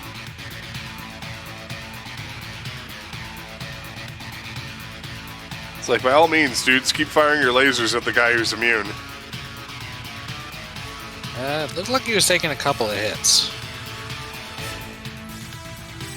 He took a couple of hits when they were using guns, but when they use lasers, he's immune. Yep. Or almost immune.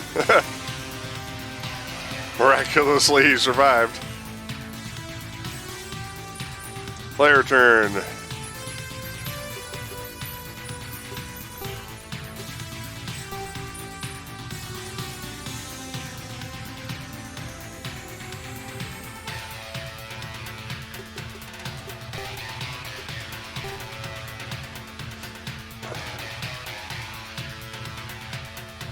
You had to refuel their goddamn weapon. Mm-hmm.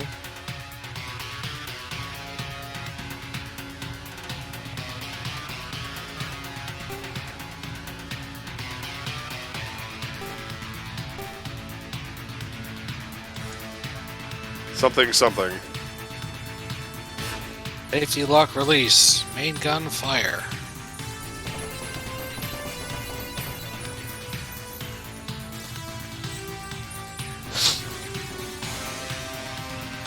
Unfortunately, it's not nearly as impressive as the main gun of the SDF-1. It wasn't even the main gun, that was a broadside. Hit him with the broadside, Mr. Gerald. If you didn't like the Wing Commander movie or didn't see it, then you will not appreciate that reference.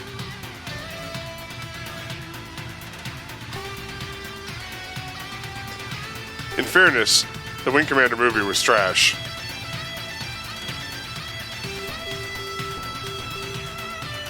But it's like weirdly enjoyable trash.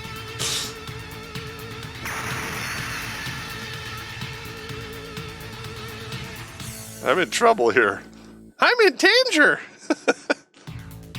Yeah, I'm gonna sneak away while nobody's looking, pretty much. Or let's fix this secretly so no one will find out. Well, I can't do anything with him, and I'm not going to sacrifice him for no reason.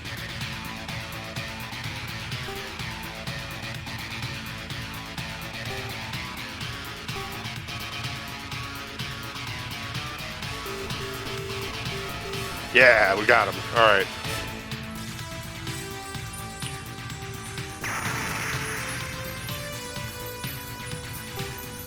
I'm going to go ahead and put this guy here. Let him be sacrificial. That's fine. Can't reach him. That's all right. Got to put some moves on these mothers. Last two guys. Okay, but I do actually have to go. I know. So I will. Sorry, I won't be able to do the outro.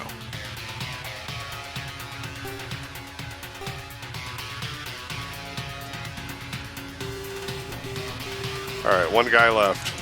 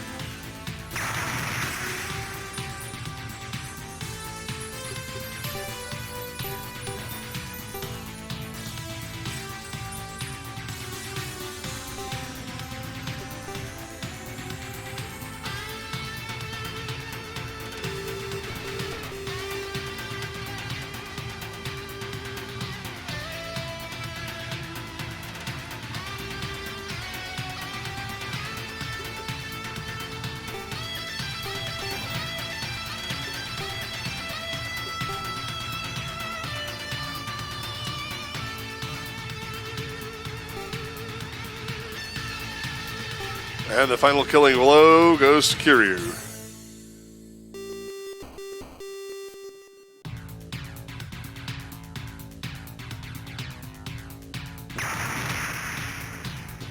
You still there?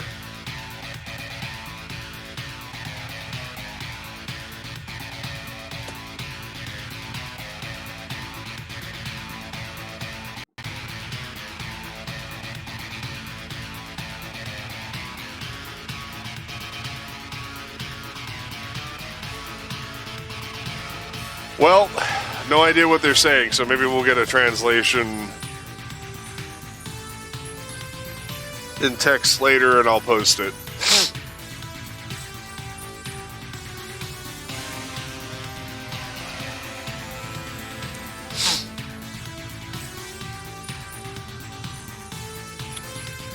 I'll hesitate on these screens long enough.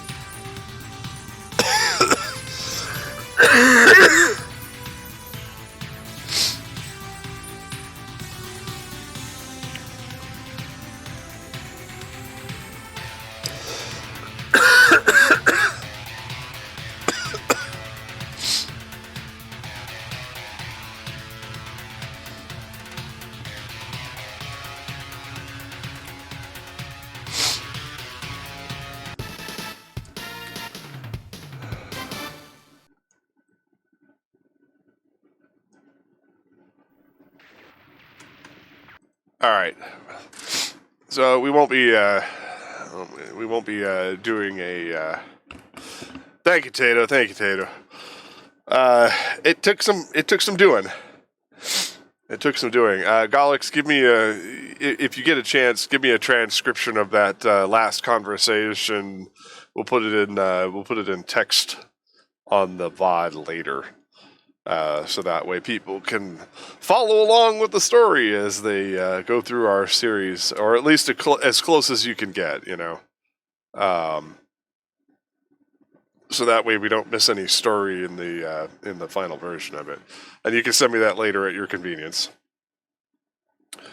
So tonight we will be doing Red Side, City of Villains.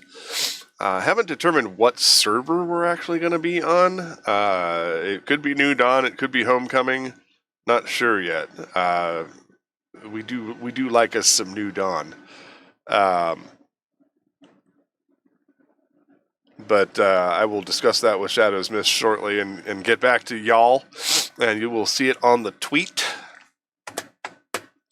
Other than that, as I said, tomorrow is a little up in the air. We are probably going to be doing Overwatch 2, just more casual,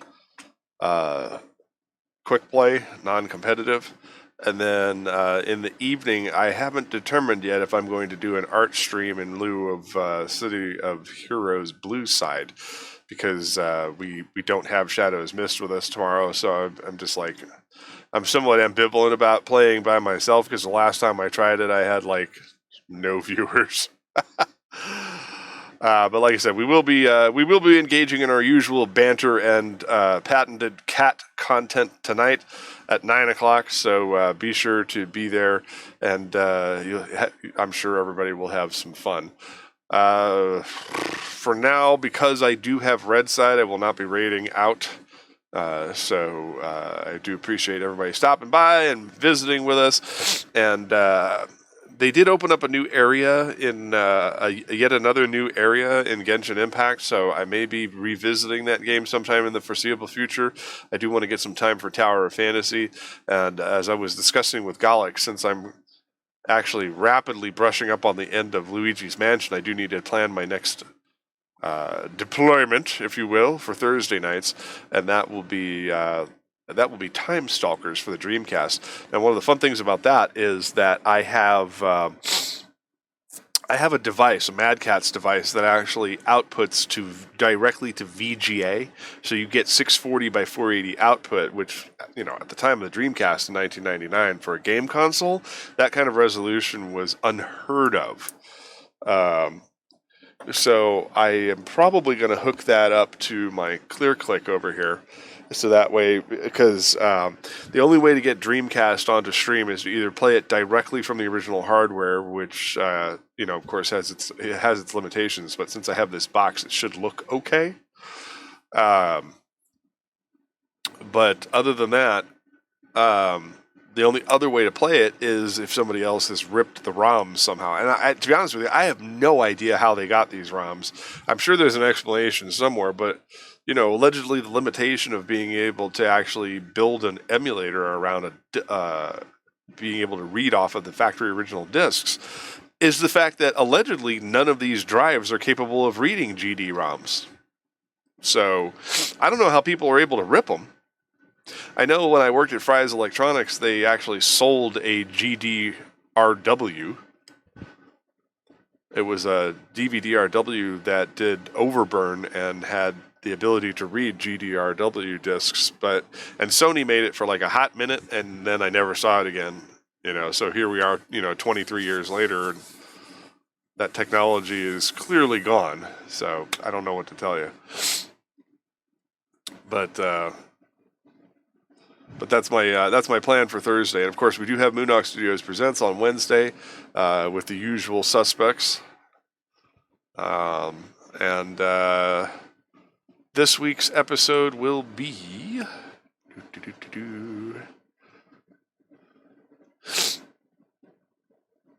knock on wood, Saber Spark, YouTube essayist with a focus on Western animation of all types.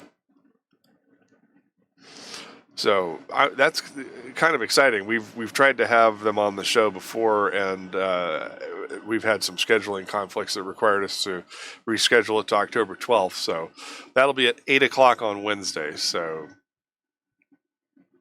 be there or be square. Well, like I said, tune in again tonight, 9 p.m. Pacific, for more City of Heroes villainy. And like I said in the tweet, I'll let you know what server we're going to be on, whether it's going to be New Dawn or Homecoming.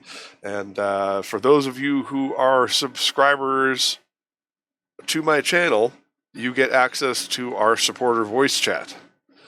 So join the Mac Paladin's Retro Gaming Emporium Discord, and we'll see about getting you into the voice if that is your inclination.